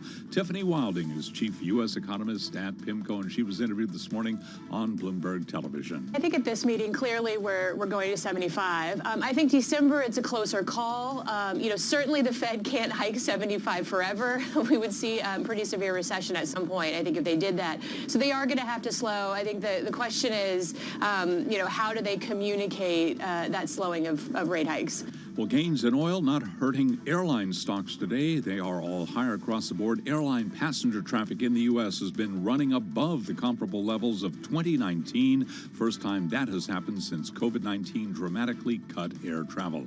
Among airline stocks right now, UAL just turning flat on the day, but American up 0.4%, Delta up 0.3%, Southwest up 1.9%, and JetBlue up by 0.8%. Again, recapping stocks lower, S&P down 0.3%. I'm Charlie Pelleton. That is a Bloomberg Business Flash. All right, Charlie, thank you so much. It is time to do the Market Drivers Report. And let's set the business week agenda on this. It's a Tuesday. Yeah. Lemon. This is a week, so right? FOMC Eve. I know, and it is only Tuesday. All right, let's get to it. Kriti Gupta, anchor and markets correspondent here at Bloomberg in our Interactive Brokers studio. Also in our Bloomberg Interactive Brokers studio, Molly Smith, economics editor at Bloomberg News. Kriti, let's kick it off with you. What's the trade today? We're down, right, in terms of equities? We are down, but look, this is, in my mind, at least quite normal when you see not only the eco data that you got earlier, and I'm sure Molly can speak to that, but also the idea that before the Federal Reserve meeting, we tend to see a little bit of a sell-off. Monday, Tuesdays have that pattern ahead of the Wednesday FOMC decision. Is kind of like a sell the rumor, buy the news dynamic. Or just hold back, right? Right, and that's kind of been the case in the trade really in the last, I want to say at least year, when you look at FOMC weeks. That being said, I think what was really interesting is what happened in the pre-market this morning, because we were up almost 1% in pre-market trading, and a lot of that came out from this idea that perhaps there might be some meetings in China that would kind of suggest that they're going to be formulating a plan to remove their COVID zero policy. That being said, these are uncertified reports. It's really just social media posts. The Chinese Foreign Ministry. It's moving stocks. Right. But the Chinese Foreign Ministry, and this is really important, did deny it. And they say we're unaware of such a plan. But it was enough, to your point, to give a little bit of a boost, not just to the Chinese Unaware ADRs, of such a plan, but maybe futures. it could happen. I don't know, Carol. I don't know about you. I saw this and I thought of Andy Brown and our conversation with him last week, which was basically, COVID zero is what they're thinking. Right. Yeah. It's But he also said, bottom line, with all the stuff that's going on in tensions, that ultimately they don't want their economy to totally come undone. Like Right. they need to make sure for so many different reasons, right? Yeah, and it didn't just move the stock market this morning; moved the entire commodity complex as well on quite literally rumors, which I think is pretty fascinating. Not to mention, Wait, of a course, market moving on rumors? I've never heard. Oh, come on, this is different. This is different. Can we talk about some actual data, though? Not Let's just talk about it. rumors. Okay, Molly Smith, come on in here. Jolt You're us to our economics editor for senses, Tim. Bloomberg News. Jolts. Yes, Already? so hitting you with the facts. Already? Here, no rumors. Okay. This did in fact happen in September, though, so this is backward-looking data. But the JOLTS report this morning did show us that job openings unexpectedly rose in September, and that was very much not what people were looking for, especially after the big drop we saw in August. So basically, this is another one of those cases of what Carol was saying before, good news is bad news, that you would think normally, again, to anyone but the Fed, that look at all these new job postings, companies are trying to hire, they want to bring new people on board. This should be a good thing, a sign of economic strength. But for the Fed, this means that demand for labor is still strong, therefore demand in the economy is still strong, and it's going to need that much more to bring inflation down. And maybe they're paying up for those workers still. Or are they? Well, that's what we'll see on the jobs report on Friday when we get a look at average hourly earnings. Keep in mind, those ones are not inflation adjusted. So it's still going to be looking for real negative real earnings growth. By the way, that number right now, according to economists surveyed by Bloomberg, 196,000 is what they're expecting. That's up from last week, Carol, when it was down at 190, 191. So don't forget, too, that, like, if we look at, going back to you, Creedy, in terms of the equity run, we had quite in October. And there's been a lot of writing about what happens with the equity markets. I think when we've seen moves up, when it's at a midterm, right? I mean, I feel like there's a lot of optimism out there right now. There is a lot of optimism, but look, one of the reasons for the optimism, I'll give you the bull and the bear case here. One of the bull cases is that if you're trading on the Federal Reserve and a Federal Reserve that is continuing to tighten, and now you have a market consensus that the terminal rate is 5% and it's going to peak in March of 2023. Right. That consensus has been rising and rising and rising for the last year. Now it's kind of stalled out. That timeline of March 2023, which is the way Fed swaps are priced right now, is only about 5 months away. Think about the stock market. You're pricing in what's going to happen 6 to 9 months out. There is a bull case that if the Fed is going to stall out on their tightening, then maybe you buy in now because that'll be kind of reverse perhaps some of the pain you've seen year to date. That's the bull case. The bear case is, look, maybe the market consensus is based on the fact that inflation has peaked, but take a look at what's happening fiscally. There's a windfall tax perhaps coming down the pipeline. There's a Ukrainian grain deal that's gone out the window. Maybe there is a case for inflation risk to the upside that's not going to decelerate, in which case your market consensus falls apart. I would argue that the Fed can just do so much when it comes to inflation, because so much of the inflationary pressures, I feel like, is above and beyond their means. I mean, can only do so much, you're saying. Can only do so much, and that maybe this is persistent going longer. What do you think, Molly? Well, I think that's going to be really key in how Powell handles the press conference tomorrow. Because tomorrow, I had to check myself for a second. I know. It's pretty already amazing, happening. right? Yeah. I So had the same feeling, Molly. because there was, after last week, we had the employment cost index and the Fed's preferred inflation gauge, the PCE price measures, and those both showed that price pressures are elevated, but perhaps slowing. So it kind of did, what that essentially did was continue to solidify 75 for tomorrow, but maybe opens up 50 is more the base case for December. So it's still raising rates. Exactly. And how long does it take for this stuff to actually hit those prices, the rising rates? Oh, I mean, this is still, it hasn't really filtered through to the rest of the economy. It's really just in housing. Yeah, exactly. So that's really what exactly the big risk here to the soft landing argument is that the Fed is still going to be raising rates at a time when maybe demand has already come down, but their data is lagging and doesn't exactly show that happening in real time. So we're back where we started. Are you guys? Yeah, so essentially the recession risk is all still dearly, high, but we're just a table full of optimists. What's old is new again. All right, we got to run. Creedy Gupta, anchor and markets correspondent at Bloomberg. Molly Smith, economics editor here at Bloomberg News. Let's get to world and national news. Nancy Lyons is standing by in our 99.1 studio in Washington, D.C. Hey, Nance. Thank Thanks, Tim. The Supreme Court is temporarily blocking Congress from getting former President Trump's tax records. This comes a day after Trump's attorneys filed an emergency application with the Supreme Court asking for a delay. House Democrats are requesting years of tax returns from Trump to look at how the IRS investigates all past presidents. Well, just days before Election Day, Democrats are ramping up warnings that Republicans will make changes to Social Security and Medicare if they take a majority in Congress. We get details now from Bloomberg's Amy Morris. Republicans looking for the House majority in the next Congress have said changes to Social Security and Medicare, like an increase in the eligibility age, should be a high priority. Democrats are flooding the airwaves with pushback ads about the GOP's goals in Colorado, New Hampshire, Washington, and Wisconsin. They've spent $54 million in ads just since September 14th. Some consultants and pollsters say Dems should have launched the message sooner and amplify it more in the closing days. In Washington, I'm Amy Morris, Bloomberg Radio. Victims and family members of those killed in the 2018 shooting at Marjorie Stoneman Douglas High School in Florida have been speaking out in court today about their experiences ahead of the formal sentencing of shooter Nicholas Cruz. Teacher Stacy Lipple is a survivor. Because of you, I check for all exits wherever I am. Because of you, I think of the worst case scenario for myself and my family. Because of you, I will never feel safe again. Again, Stacy Lipple. Cruz will be sentenced tomorrow to life in prison. Global news 24 hours a day, on air and on Bloomberg Quick Take, powered by more than 2,700 journalists and analysts in more than 120 countries. All right, Nance, thank you so much. Nancy Lyons in our 99.1 newsroom in Washington, D.C. Carol Massar along with Tim Stenovic, live on YouTube, on Bloomberg Quick Take, and live in our Bloomberg Interactive Broker studio. So we got a news alert. I don't know what I say, about an hour or so ago. You know what I got? I got an email from you because you're always looking out for me. I do. You're a good partner. And, we got to talk about stuff with our TV colleagues about what's going on in the markets. And here's a group that's definitely on the move. Yeah, social media stocks. We're talking Meta Platforms, Snap also rising as much as 4.1% for Meta Platforms. Snap shares gained as much as 7.5%, all because of something that Brendan Carr, an FCC commissioner, said the U.S. should ban TikTok. We're talking about Brendan Carr here, telling that to Axios. I mean, TikTok is massive in this country. And I feel like it's when you talk to a social media company, it's like, that's what I want. Exactly. It's massive. It's addictive. Yeah.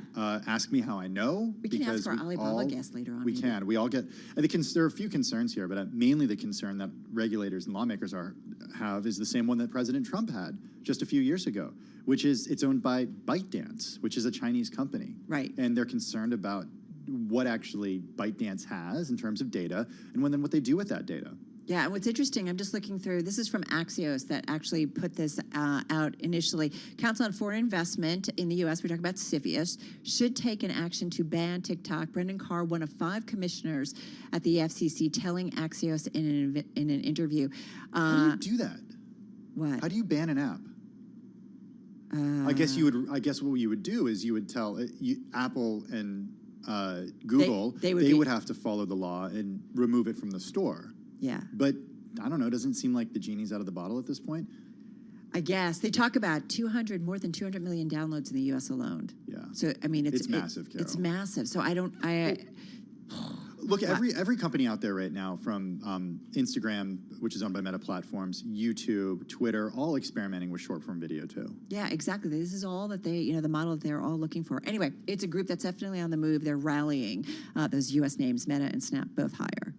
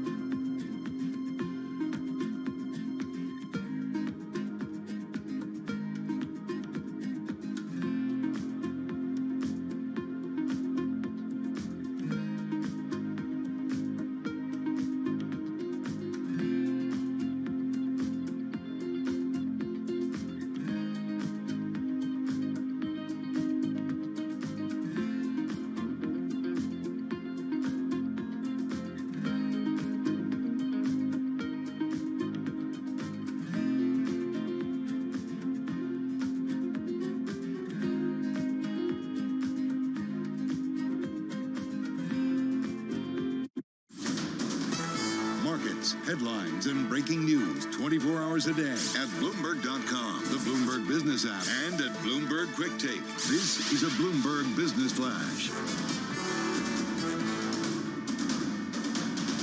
From Bloomberg World Headquarters, I'm Charlie Pellet. Stocks are lower ahead of tomorrow's Fed decision. 2 o'clock Wall Street time is what time we get the actual decision. Fed Chair Jay Powell's news conference, of course, 2:30 Wall Street time. Yes, we've got that for you live right here on Bloomberg Radio. Here's where we stand after this morning's economic data. Down day with the S&P dropping 12 points, down 0.3%. The Dow is down 79 now, down 0.2%. NASDAQ is down 66, a drop there of 0.6%. The 10-year yield 4.05% with the 2-year 4.53%. Spot gold up 1%, $16.50 the ounce, while West Texas Intermediate crude up 2.3%, $88.49 for a barrel of WTI.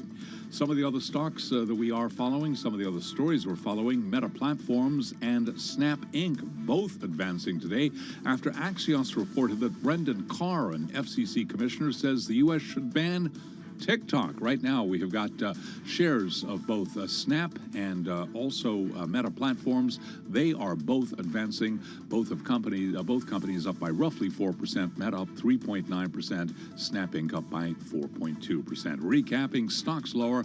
S&P now down by 0.3%. I'm Charlie Pellet. That is a Bloomberg Business Flash. All right, Charlie, thank you so much. You are listening and watching Bloomberg Business Week on another busy day here at Bloomberg headquarters when it comes to the news flow. And speaking of news flow, quite a flurry of Twitter stories that we are following. Elon Musk expected to appoint new product leadership inside Twitter. He met over the weekend with close friends and advisors on how best to change the service that he just bought for a whopping $44 billion. There is a lot of moving parts right now, Tim. Yeah, I'm very pleased to have with us technology reporter Kurt Wagner to talk all about this, because I'm guessing, Kurt, you had a very busy weekend. The latest news that we got from none other than Elon Musk via Twitter is that Twitter Blue, it's the, what's going to be used for verification. So if you're verified on Twitter, it's not going to cost $20 a month, like had been reported last week, $8 per month. Kurt, bring us up to speed here. $100 a year just for me to be verified? Forget it. Can you expense it? That's the question, right? Yeah. All right, Kurt, bring us into this because there's a lot to go through here. Again, I know you had a busy weekend, so bring us the latest. And that's what he's hoping will kind of, I think the verification is the symbolic feature that you would get for $8 a month. But it would be, I think he said fewer ads. You could upload larger and longer videos. It's those types of things that, if you are a power user of Twitter, if you care about the verification badge, maybe a collection of those types of features might lure you in. I think I'm already paying $4.99 a month for Twitter Blue. And I don't get fewer ads or verification. I guess I have verification, but I don't get it as part of my subscription. So, it doesn't seem that unreasonable when you think of it like that. But, I'm a little skeptical that this is something that the masses will pay for, right? And that's the only way I see this being a real good business for them, is if this is something most people want. Do I really care that everybody's like this is tricky. Like we've been talking about, I once had an account that wasn't my account, and so you stole the account, Carol? No, I didn't. Okay, but our team then verified it. Okay. And I was happy about that because I don't want people, tweeting, especially since we're in the news, business. But I don't know. It's tricky. I don't know. Is this innovative? Go ahead, Kurt. Yeah, please. No. I don't. So I'm with you in the sense that I don't necessarily think, verification is something that I want to pay for. I'd be lying if I said that it didn't matter, though, right? I mean, this is something, believe it or not, that a lot of people, especially, friends, colleagues, people that aren't verified will actually point out about my account. They'll be like, oh, wow, you have that blue check mark. You must be therefore someone who is legitimate at what you do, right? And as a journalist trying to fight through all that noise, I do think there's value in having the blue check.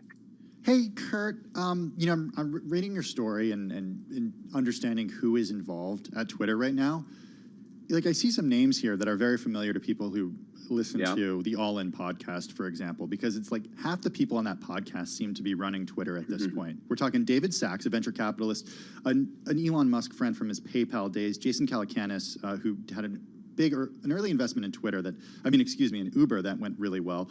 Who are these guys, and what do we know about the folks who are in that so-called war room right now? Sure. I mean, these are Elon's oldest friends, right? These are in his social circle. These are people he trusts. I think that's really the key, right? Is who does he believe is, shares his viewpoint first and foremost, which I think we can say David and Jason Calacanis both do, but also who does he trust, right? Who's going to kind of go to the mat for him as he tries to make these dramatic changes? We heard Sriram Krishnan is also, he's a general partner with Andreessen Horowitz. He's also been in that room. And so, these are people that Elon has had many years of relationship with. And, as he cleans house at Twitter, he's surrounded himself with people who are very excited about the changes he wants to make. These are people who are saying yes, right? And I think oftentimes when you are kind of moving into a new direction with a new company like this, you want that validation, and it feels like he's sort of getting that with these people who, again, are friends of his and have been for a long time. All right, don't shoot the messenger, Kurt, but is it going to be a really, really different Twitter going forward? Absolutely. I think we're already, seeing some of that, right? For example, paying for verification. This is a totally new change. It kind of changes the whole meaning of what verification was for, right? I think we're going to see layoffs, a totally new executive team. They're talking about bringing Vine back, right? So suddenly Twitter might be competing with TikTok and Facebook and Instagram again in a way that it hasn't for years. And so, and this is all within the first 5 days. So I think we're definitely going to see a huge, huge difference in what Twitter is. I didn't even talk about kind of the content policies and changes around misinformation or hate speech and all that. But I just think, the Twitter that we knew 2 weeks ago is probably not going to look anything like the Twitter that we have 6 months from now. It's been this incredible place for content, and I'll be quite transparent. I, have TweetDeck up there, and I'm following stuff, and it's amazing how when stuff is happening in the world, you can quickly hear about it as a result of Twitter specifically. Is it still great in terms of a news site, or that's TBD? It just got about 25 seconds. I think that's always going to be the superpower of Twitter, right? It is a place where stuff happens in real time. It gets spread in real time. It's the fastest place to get news. If journalists leave Twitter, then I think that can change. But until then, all of us in the journalism world are constantly on Twitter, showing our work and our reporting on Twitter. And I think that's where the news happens. So I don't see that changing unless people like us in the industry leave. Yeah, it's a good point. We change, right? The fabric. Kurt, also just sorry about your weekends moving forward, because now you're covering Elon Musk. So he never sleeps. Sleep. Good stuff. Bloomberg News technology reporter Kurt Wagner joining us via Zoom in San Francisco. I was going to quote Twitter shares, but again, no shares to quote. No shares to quote. This is Bloomberg.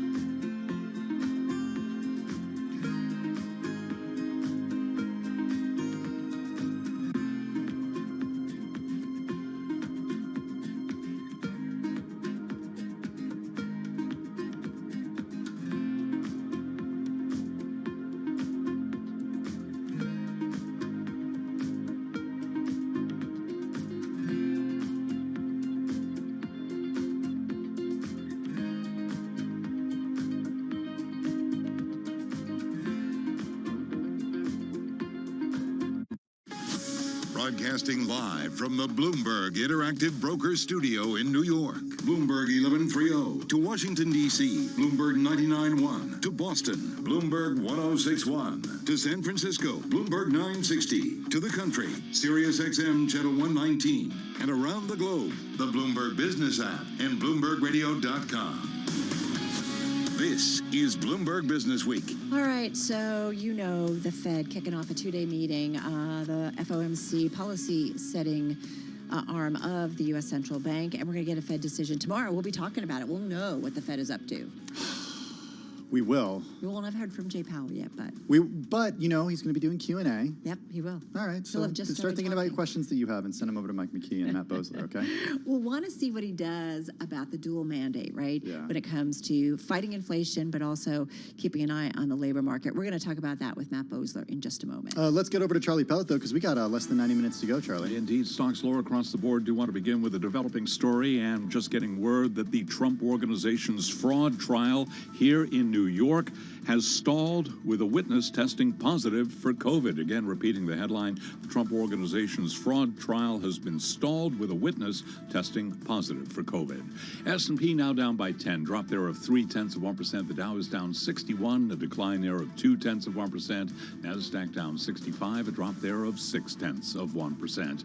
10-year yield now 4.06%. We have got the 2-year yielding 4.54%. Spot gold up 1%, 16.49 the ounce, while West Texas Intermediate crude oil up 2.2%, 88.41 a barrel on WTI. Traders are assessing the economic data for clues about whether the Fed will be able to decelerate its pace of monetary tightening soon to prevent a hard landing. President Biden is threatening to slap the oil industry with a windfall tax if it does not boost investment in new supplies. Henrietta Trey's is Director of Economic Policy Research at Beta Partners, and on Bloomberg Surveillance this morning, she was asked if she sees oil executives being called to testify in Washington about high energy prices. I think it's possible after the election, if Democrats, or specifically if gas prices continue to be particularly high, and if Democrats maintain the Senate, or if they maintain the House, I think there's a high likelihood that they would be called up. The windfall profits tax idea is something that I see as a 0% odds chance of passage, but it is a very convenient boogeyman to have going into the last week of the election cycle. And again, we've got crude up 2.2%, oil stocks trading mixed, ExxonMobil up 0.7%, ADRs of BP, they are down 0.5%, Chevron up 1.2%, EOG Resources down 0.6%, Pioneer is lower now by Pioneer Natural down by 0.9%. Again, recapping, stocks lower, S&P down 0.4%. I'm Charlie Pelleton. That is a Bloomberg Business Flash. All right, Charlie, thank you so much. Charlie's been talking about it. Tim's been talking about it. I've been talking about it. We've got the U.S. Federal Reserve kicking off that 2-day meeting on monetary policy today. We're talking about the policy-setting arm of the Fed. Decision, of course, comes tomorrow. At this time, 24 hours, fast forward, we will be hearing from Jay Powell in that press conference. We got with us Matt Bosler. He's Federal Reserve reporter for Bloomberg News. He joins us on the phone from our New York City bureau. Matt, good to have you with us this afternoon. I know you're busy ahead of this, well, I don't want to say ahead of the meeting because it's happening now, but ahead of tomorrow's press conference. You have a great piece out today about the dual mandate that the Fed has, stable prices and maximum employment. But one of those things is getting a lot more attention right now, and that, of course, is stable prices. So how is that employment mandate taking a back seat?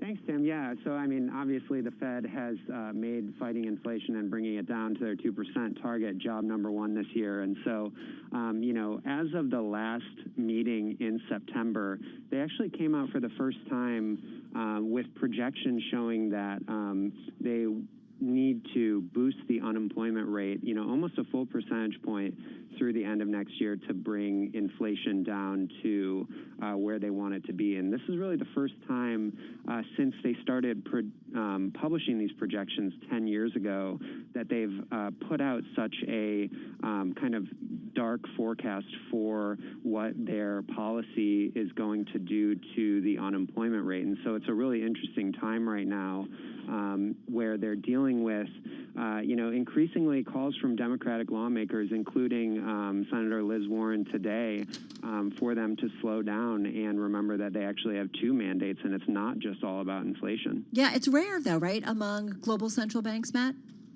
Yeah, it is. And so, the Fed has an employment mandate. Most other central banks only have the one inflation mandate. And there's a really interesting history behind the Fed's employment mandate, right? It goes back to the civil rights movement in the United States back in the 1960s and the 1970s. This was really the work of civil rights activists who pushed for this and got it codified into law at the end of the 1970s. It was really kind of like the last dying breath of the civil rights movement, if you will, to get this on the books.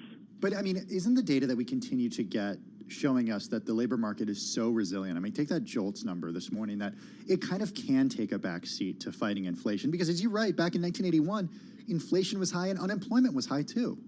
Yeah, no, that's right. And so the labor market has, been so resilient all year, and everybody's just kind of waiting for it to slow down, right? And we're not seeing that in the data yet, even though we've had these very aggressive rate increases. So on one hand, perhaps you might not expect it to show up in the data just yet, because, the Fed really only started doing these rate increases about 7 months ago. And as we know, it takes time for monetary policy to work through the economy. But, as the labor market data keep coming in so strong, it's also causing forecasters to, ratchet up their projections for where the Fed is going to ultimately raise interest rates to. And so it's kind of a double-edged sword in that regard, that this, continued strong labor market data makes it look like the Fed is going to have to be even more hawkish than previously planned to bring inflation down. And that's kind of where they are at the moment. Matt, I love you kind of give us a history lesson when it comes to monetary policy, taking us back to Humphrey Hawkins, and reminding us once again of the Volcker era, maybe what we've learned. But what's interesting too, though, in your reporting and writing is something that we talk a lot about, in that some of the inflationary pressures are above and beyond Fed control. And so you do wonder with this dual mandate whether we need to be thinking that, wait, guys, the Fed can only do so much when it comes to inflation, and if they overdo it, it's at what risk and what cost to the labor market. And so this is where you wonder whether policymakers have to come in and kind of give the Fed an assist here. Right, and that's pretty much been completely acknowledged by the Fed, right, for the most part. I mean, the one thing that they do say is that, look, we do have a very strong labor market. Wage growth is very high, and even after some of these temporary supply-side-driven factors, kind of resolve themselves and fall out of the inflation data, we're still going to be left with very high inflation, and so there is room for us to tamp down on the labor market with demand-side policy. Now, that's a kind of a big hypothetical. We don't really know where inflation is going to settle out, but that's the story that they're sticking with at the moment. But it's hard to have a Fed where the employment and inflation mandates are in conflict, as you report. I mean, this is not an easy thing to navigate. Matt Boesler, a really smart read, and this story, by the way, is going to be in the upcoming new issue of Bloomberg Business Week, which is out later this week. It's already on the Bloomberg terminal at Bloomberg.com, but be sure to pick up that magazine. Matt, by the way, is Federal Reserve reporter at Bloomberg News, on the phone in our New York City bureau. You didn't give Matt the question that you wanted to ask Chair Powell tomorrow. I'm still working on it. Okay, still working on it. Yeah, I'm still thinking about pivot? it too. What's a pivot mean? Is it pivot like not so aggressive? Is it cutting rates? Is it what? What pivot are we talking about? Right now, we're going to pivot to D.C. Check in on World and National News with Nancy Lyons. Hey, Nance. Thanks, Carol. The United Nations is calling a halt to grain shipments moving through Ukraine's crop export corridor in the Black Sea. That's after Russia warned that vessels were not safe using that route.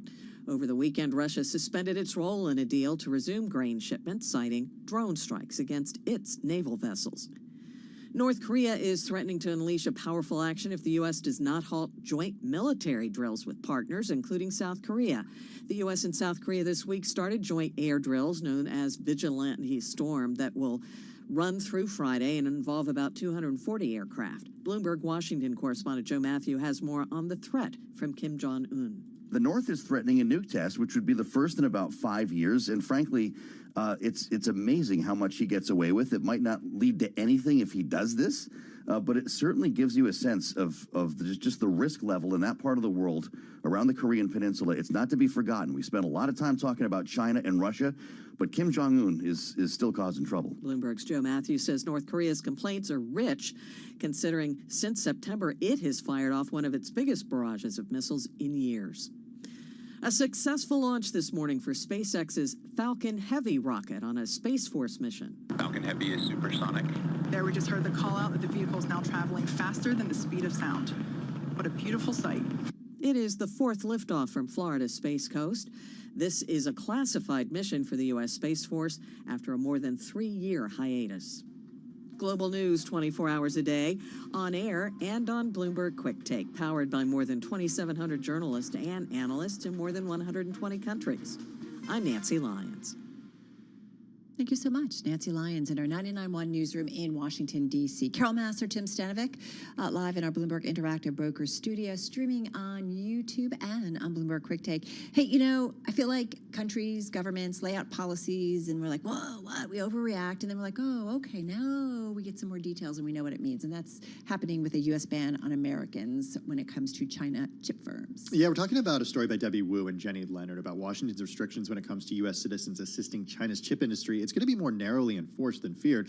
It suggests the smaller than expected impact on semiconductor companies that do business in the world's second largest economy. All right, so the rules seem to be mostly targeting U.S. persons working in certain functions for semiconductor manufacturing equipment firms based on a document the Bureau of Industry and Security published on last Friday to clarify export control measures announced on October 7th. Those sweeping sanctions, by the way, were introduced to keep cutting-edge chip technologies out of reach for China's military, but have amplified uncertainty around its tech industry and wrought havoc on global chip stocks. A license is required for U.S. persons, that's anyone with an American passport, green card, or residency, who conduct or authorize the delivery of items used to develop or produce advanced chips at a plant in China, but not those who perform related clerical or administrative duties. Carol, these same controls apply to U.S. persons who maintain, repair, and refurbish these items, according to the document. So clarification. So basically, not lower level, but if you're more administrative, like it's not going to apply to you? Is that what? That's kind of what it seems like. Yeah. So, you know, if you are conducting or authorizing the delivery of items used to develop or produce advanced, how does that define? You sound like a government document. I mean, that's what I was going to say, is like, how do you, this is why. Oh, wait, once you get there, like. This is why lawyers exist, okay? Because then they're the ones who end up doing the defining in court, right? Oh, exactly. Don't you think? Right. Like, how do you imagine the legal teams poring over this document? So can you go? Can you go? Can I go? Depends on your function. It's tricky. It's these kinds of things that create, heightened tensions, as we have certainly seen between the U.S. and China, and just ambiguity, right, and uncertainty when it comes to, certainly for investors, like just another issue. Not like we don't have enough, right? Yeah, that's right. All right, you're listening to Bloomberg.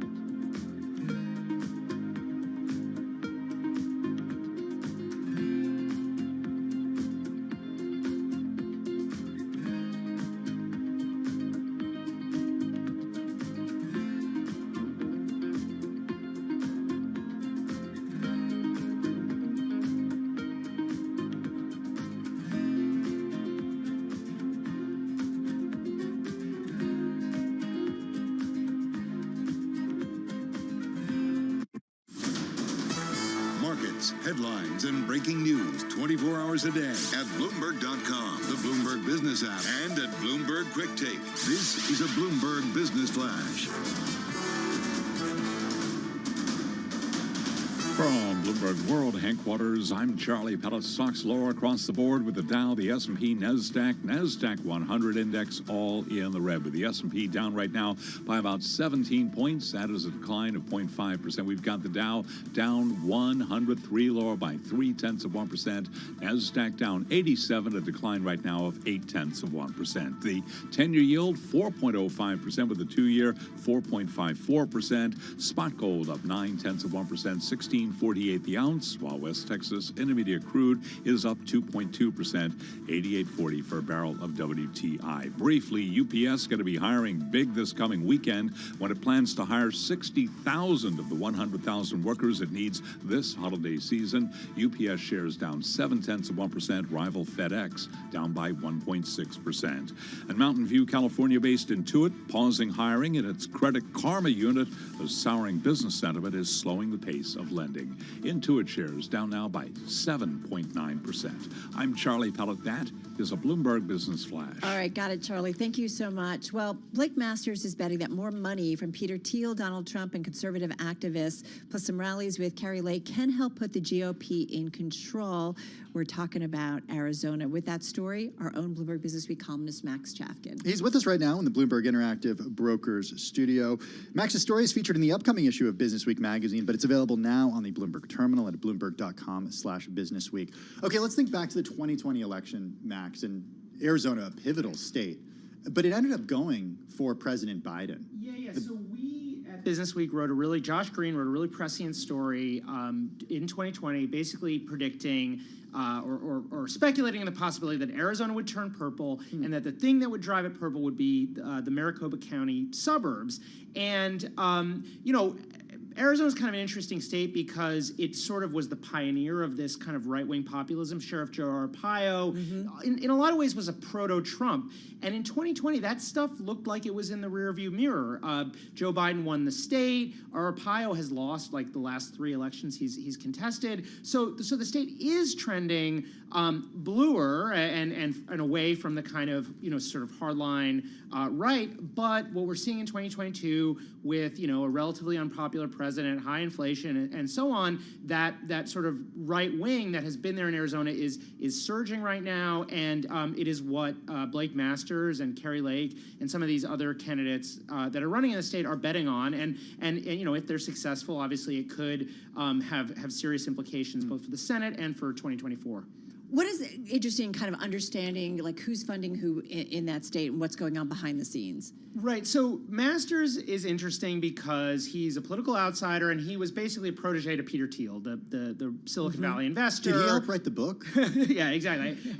Famous because he was co-founder of PayPal. He was one of the early backers of Facebook. Yeah, wrote a whole book about him. And he basically plucked a couple of Senate candidates out of relative obscurity, J.D. Vance in Ohio and Masters, who really had no profile whatsoever besides basically being known as Peter Thiel's right-hand man, gave him a $10 million seed investment, and basically carried him through the Republican primary. And then when we got to the general election, Masters has had a much harder time. Thiel had not been funding him for a couple of months, and partly because Thiel has sort of pushed Masters, I think, to the right, you saw a hesitancy from sort of more mainstream Republicans like Mitch McConnell to fund the campaign. So there's been this kind of dance, right, where you have on one side the sort of mainstream Republicans, Mitch McConnell, and then on the other side these kind of activists with Peter Thiel and Donald Trump being kind of so no real unity, right? Like as you point out, when it comes to the Republicans in this state. Yeah, what's so interesting is, especially Arizona, is you have an entire ticket statewide of basically Trumpists, of candidates who say that the 2020 election was in some sense stolen. Carrie Lake at the top of that ticket, Blake Masters has made kind of similar comments, and you also have candidates for Attorney General and Secretary of State kind of saying the same thing. So it's a real test, I think, for sort of that message, the Stop the Steal conspiracy, can that actually like win you an election in a swing state? But it's also, of course, a test for the popularity of Donald Trump and the popularity of Democrats, frankly. Okay, so what do the data tell us right now? What do the polls tell us? It's very close. Dare you bring up polls? No, just kidding. Go ahead. So Lake is running a little bit ahead of Masters. I think she's even or slightly ahead of her Democratic opponent, which is interesting. That's one of people in the Republican Party now are talking about her as a rising star. I went to this event in Arizona. They kept referring to her as R. Ron DeSantis, which that's kind of funny. But in any case, and there's speculation. Oh, she could be a potential, vice presidential candidate if Trump runs in 2024. Masters has, not proven as successful a candidate. He also has a, probably a better opponent, Mark Kelly, who's an incumbent, has raised a ton of money. And so he's running a bit behind Lake, although he is very close as well. And, at this point, it could probably go either way. So how do you, you do this story, and we're looking at some really kind of key, pivotal, as we always are, states in the upcoming midterms, and certainly it'll ultimately in the next presidential run. I mean, how do we kind of square what's going on in Arizona versus kind of more broadly across the country? How do you think about that? I think that the same kind of forces are at play, in other states, which is that you have this small but very engaged subset of the electorate, the sort of Trump portion of the electorate, which is, it's not a majority, but they're extremely enthused. And the question is, are they going to turn out, especially in a midterm year when Donald Trump is not on the ballot? And the extent to which, these Trump-aligned candidates have, won their primaries and kind of become the main forces in their states. And this cuts across other states as well. It really just shows how Donald Trump is still, very much the most important person in the Republican Party. Mm-hmm. On the donor side, there's a very interesting kind of drama between Thiel and, as I said, the kind of more moderates, because Thiel kind of foisted these harder line candidates on the Republican Party, carried them through their primary campaigns. And, if they lose, that's going to be a huge blow for him. It's going to look like he wasted, over $30 million, promoting unelectable candidates. If they win, though, it's going to be a huge win for Thiel. We'll have pushed the Republican Party to the right, and I would expect he would then play probably a pretty important role in 2024. What about economic messaging, Max? Because if we think about, for example, here in New York, and the reason why Lee Zeldin is pulling closer and closer to Kathy Hochul, the incumbent, is about crime and the economy.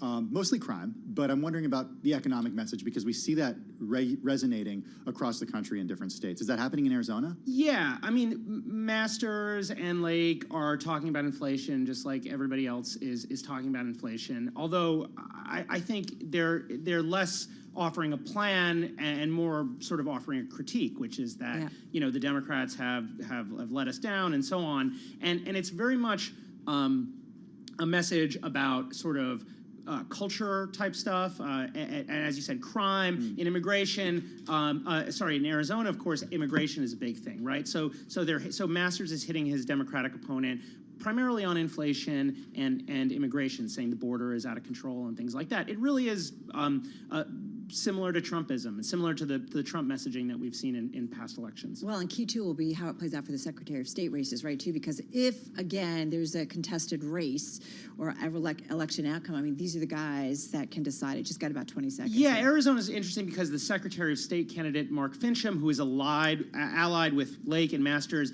is a very hard line, borderline conspiracist. And so if he's able to win, that'll be a huge vindication for the Trump folks and could have implications for 2024. Oh my gosh, unbelievable. Well, the midterm's just a week away. Yes, 1 week, Carol, 1 week from today. Exactly. I voted early here in New York. I did not.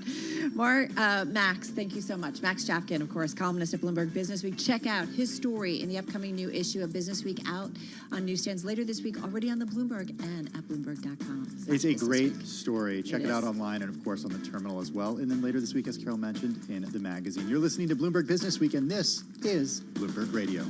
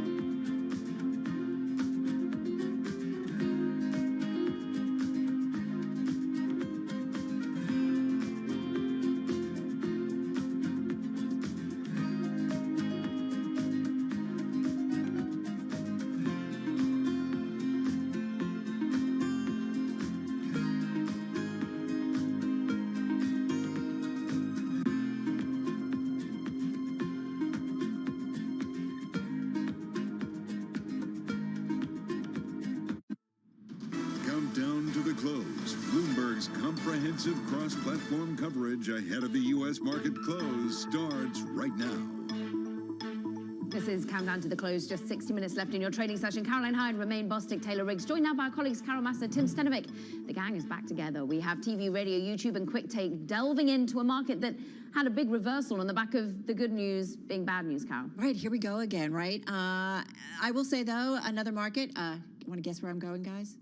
Please, China. Do it. That's where good news is actually good news for the markets. Looking at those Chinese names that trade here in the United States. So again, the NASDAQ Golden Dragon China Index up about 4.6%. If you break it down to some individual names, whether it's Baidu, whether it's Alibaba, whether it's JD.com, you are seeing all of those names trade higher in today's session. Of course, this has that Beijing is preparing to phase out COVID-0. But again, you had the nation's foreign ministry kind of denying that. But so it goes, Tim. Well, I'm also looking for outperformance. And you know what would be really good for companies that do social media, namely Meta Platforms and Snap? Well, if the U.S. banned TikTok. And that's why, Caroline, those stocks are moving higher today. They were higher, by more than this, but they're off their highs. The Meta Platforms is up by 2.8%. Snap higher by 4% right now. This off a report from Axios that Brendan Carr, an FCC commissioner, said the U.S. should actually ban the platform.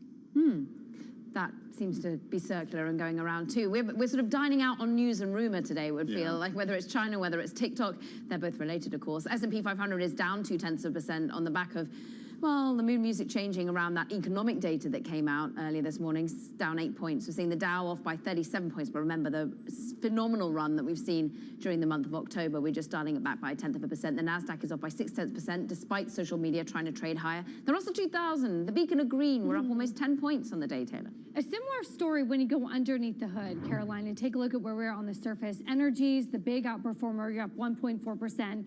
You're also getting some financials in there and some materials as you think about a classic risk on trade. Down at the bottom, Romain, this is a theme that we saw yesterday. It's a theme that we see today again. It's technology and communication services.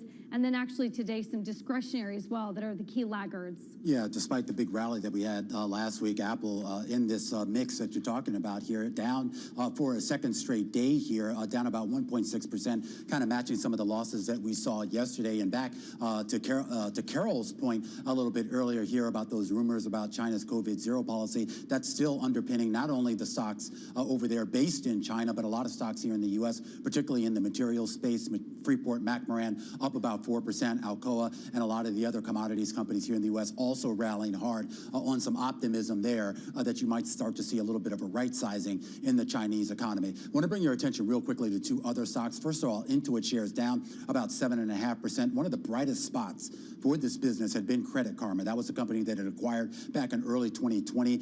The company coming out, Intuit, saying that it's now freezing hiring specifically in that Credit Karma unit, saying that the pace of lending activity has now dropped to such a significant level that they have no real reason to expand. And effectively, as people quit or move on, they're not going to replace those people, at least for right now. Keep an eye on that space and keep an eye on Abiomed. Abiomed up about 50% here. This after J&J agreed to buy the company, of course, big maker of heart pumps there. It's about a $17 billion deal. And isn't it interesting as we still get this anecdotal data of slowing in hiring, potential layoffs? I think of the Galaxy crypto company news today, and yet still the jobs market goes strong, and the terminal rate discussion around the Federal Reserve continues to be one where we still think it'll get to about 5%. Now, it has in many parts been the way in which we get to the 5% level, but equities have kind of been finding their footing as they get used to this overall rate for the Federal Reserve to be aiming for, and the trajectory of travel. At the moment, stocks have been managing to push over those so much higher as we get what JP Morgan, Mike Wilson over at Morgan Stanley, plenty of other banks talking about,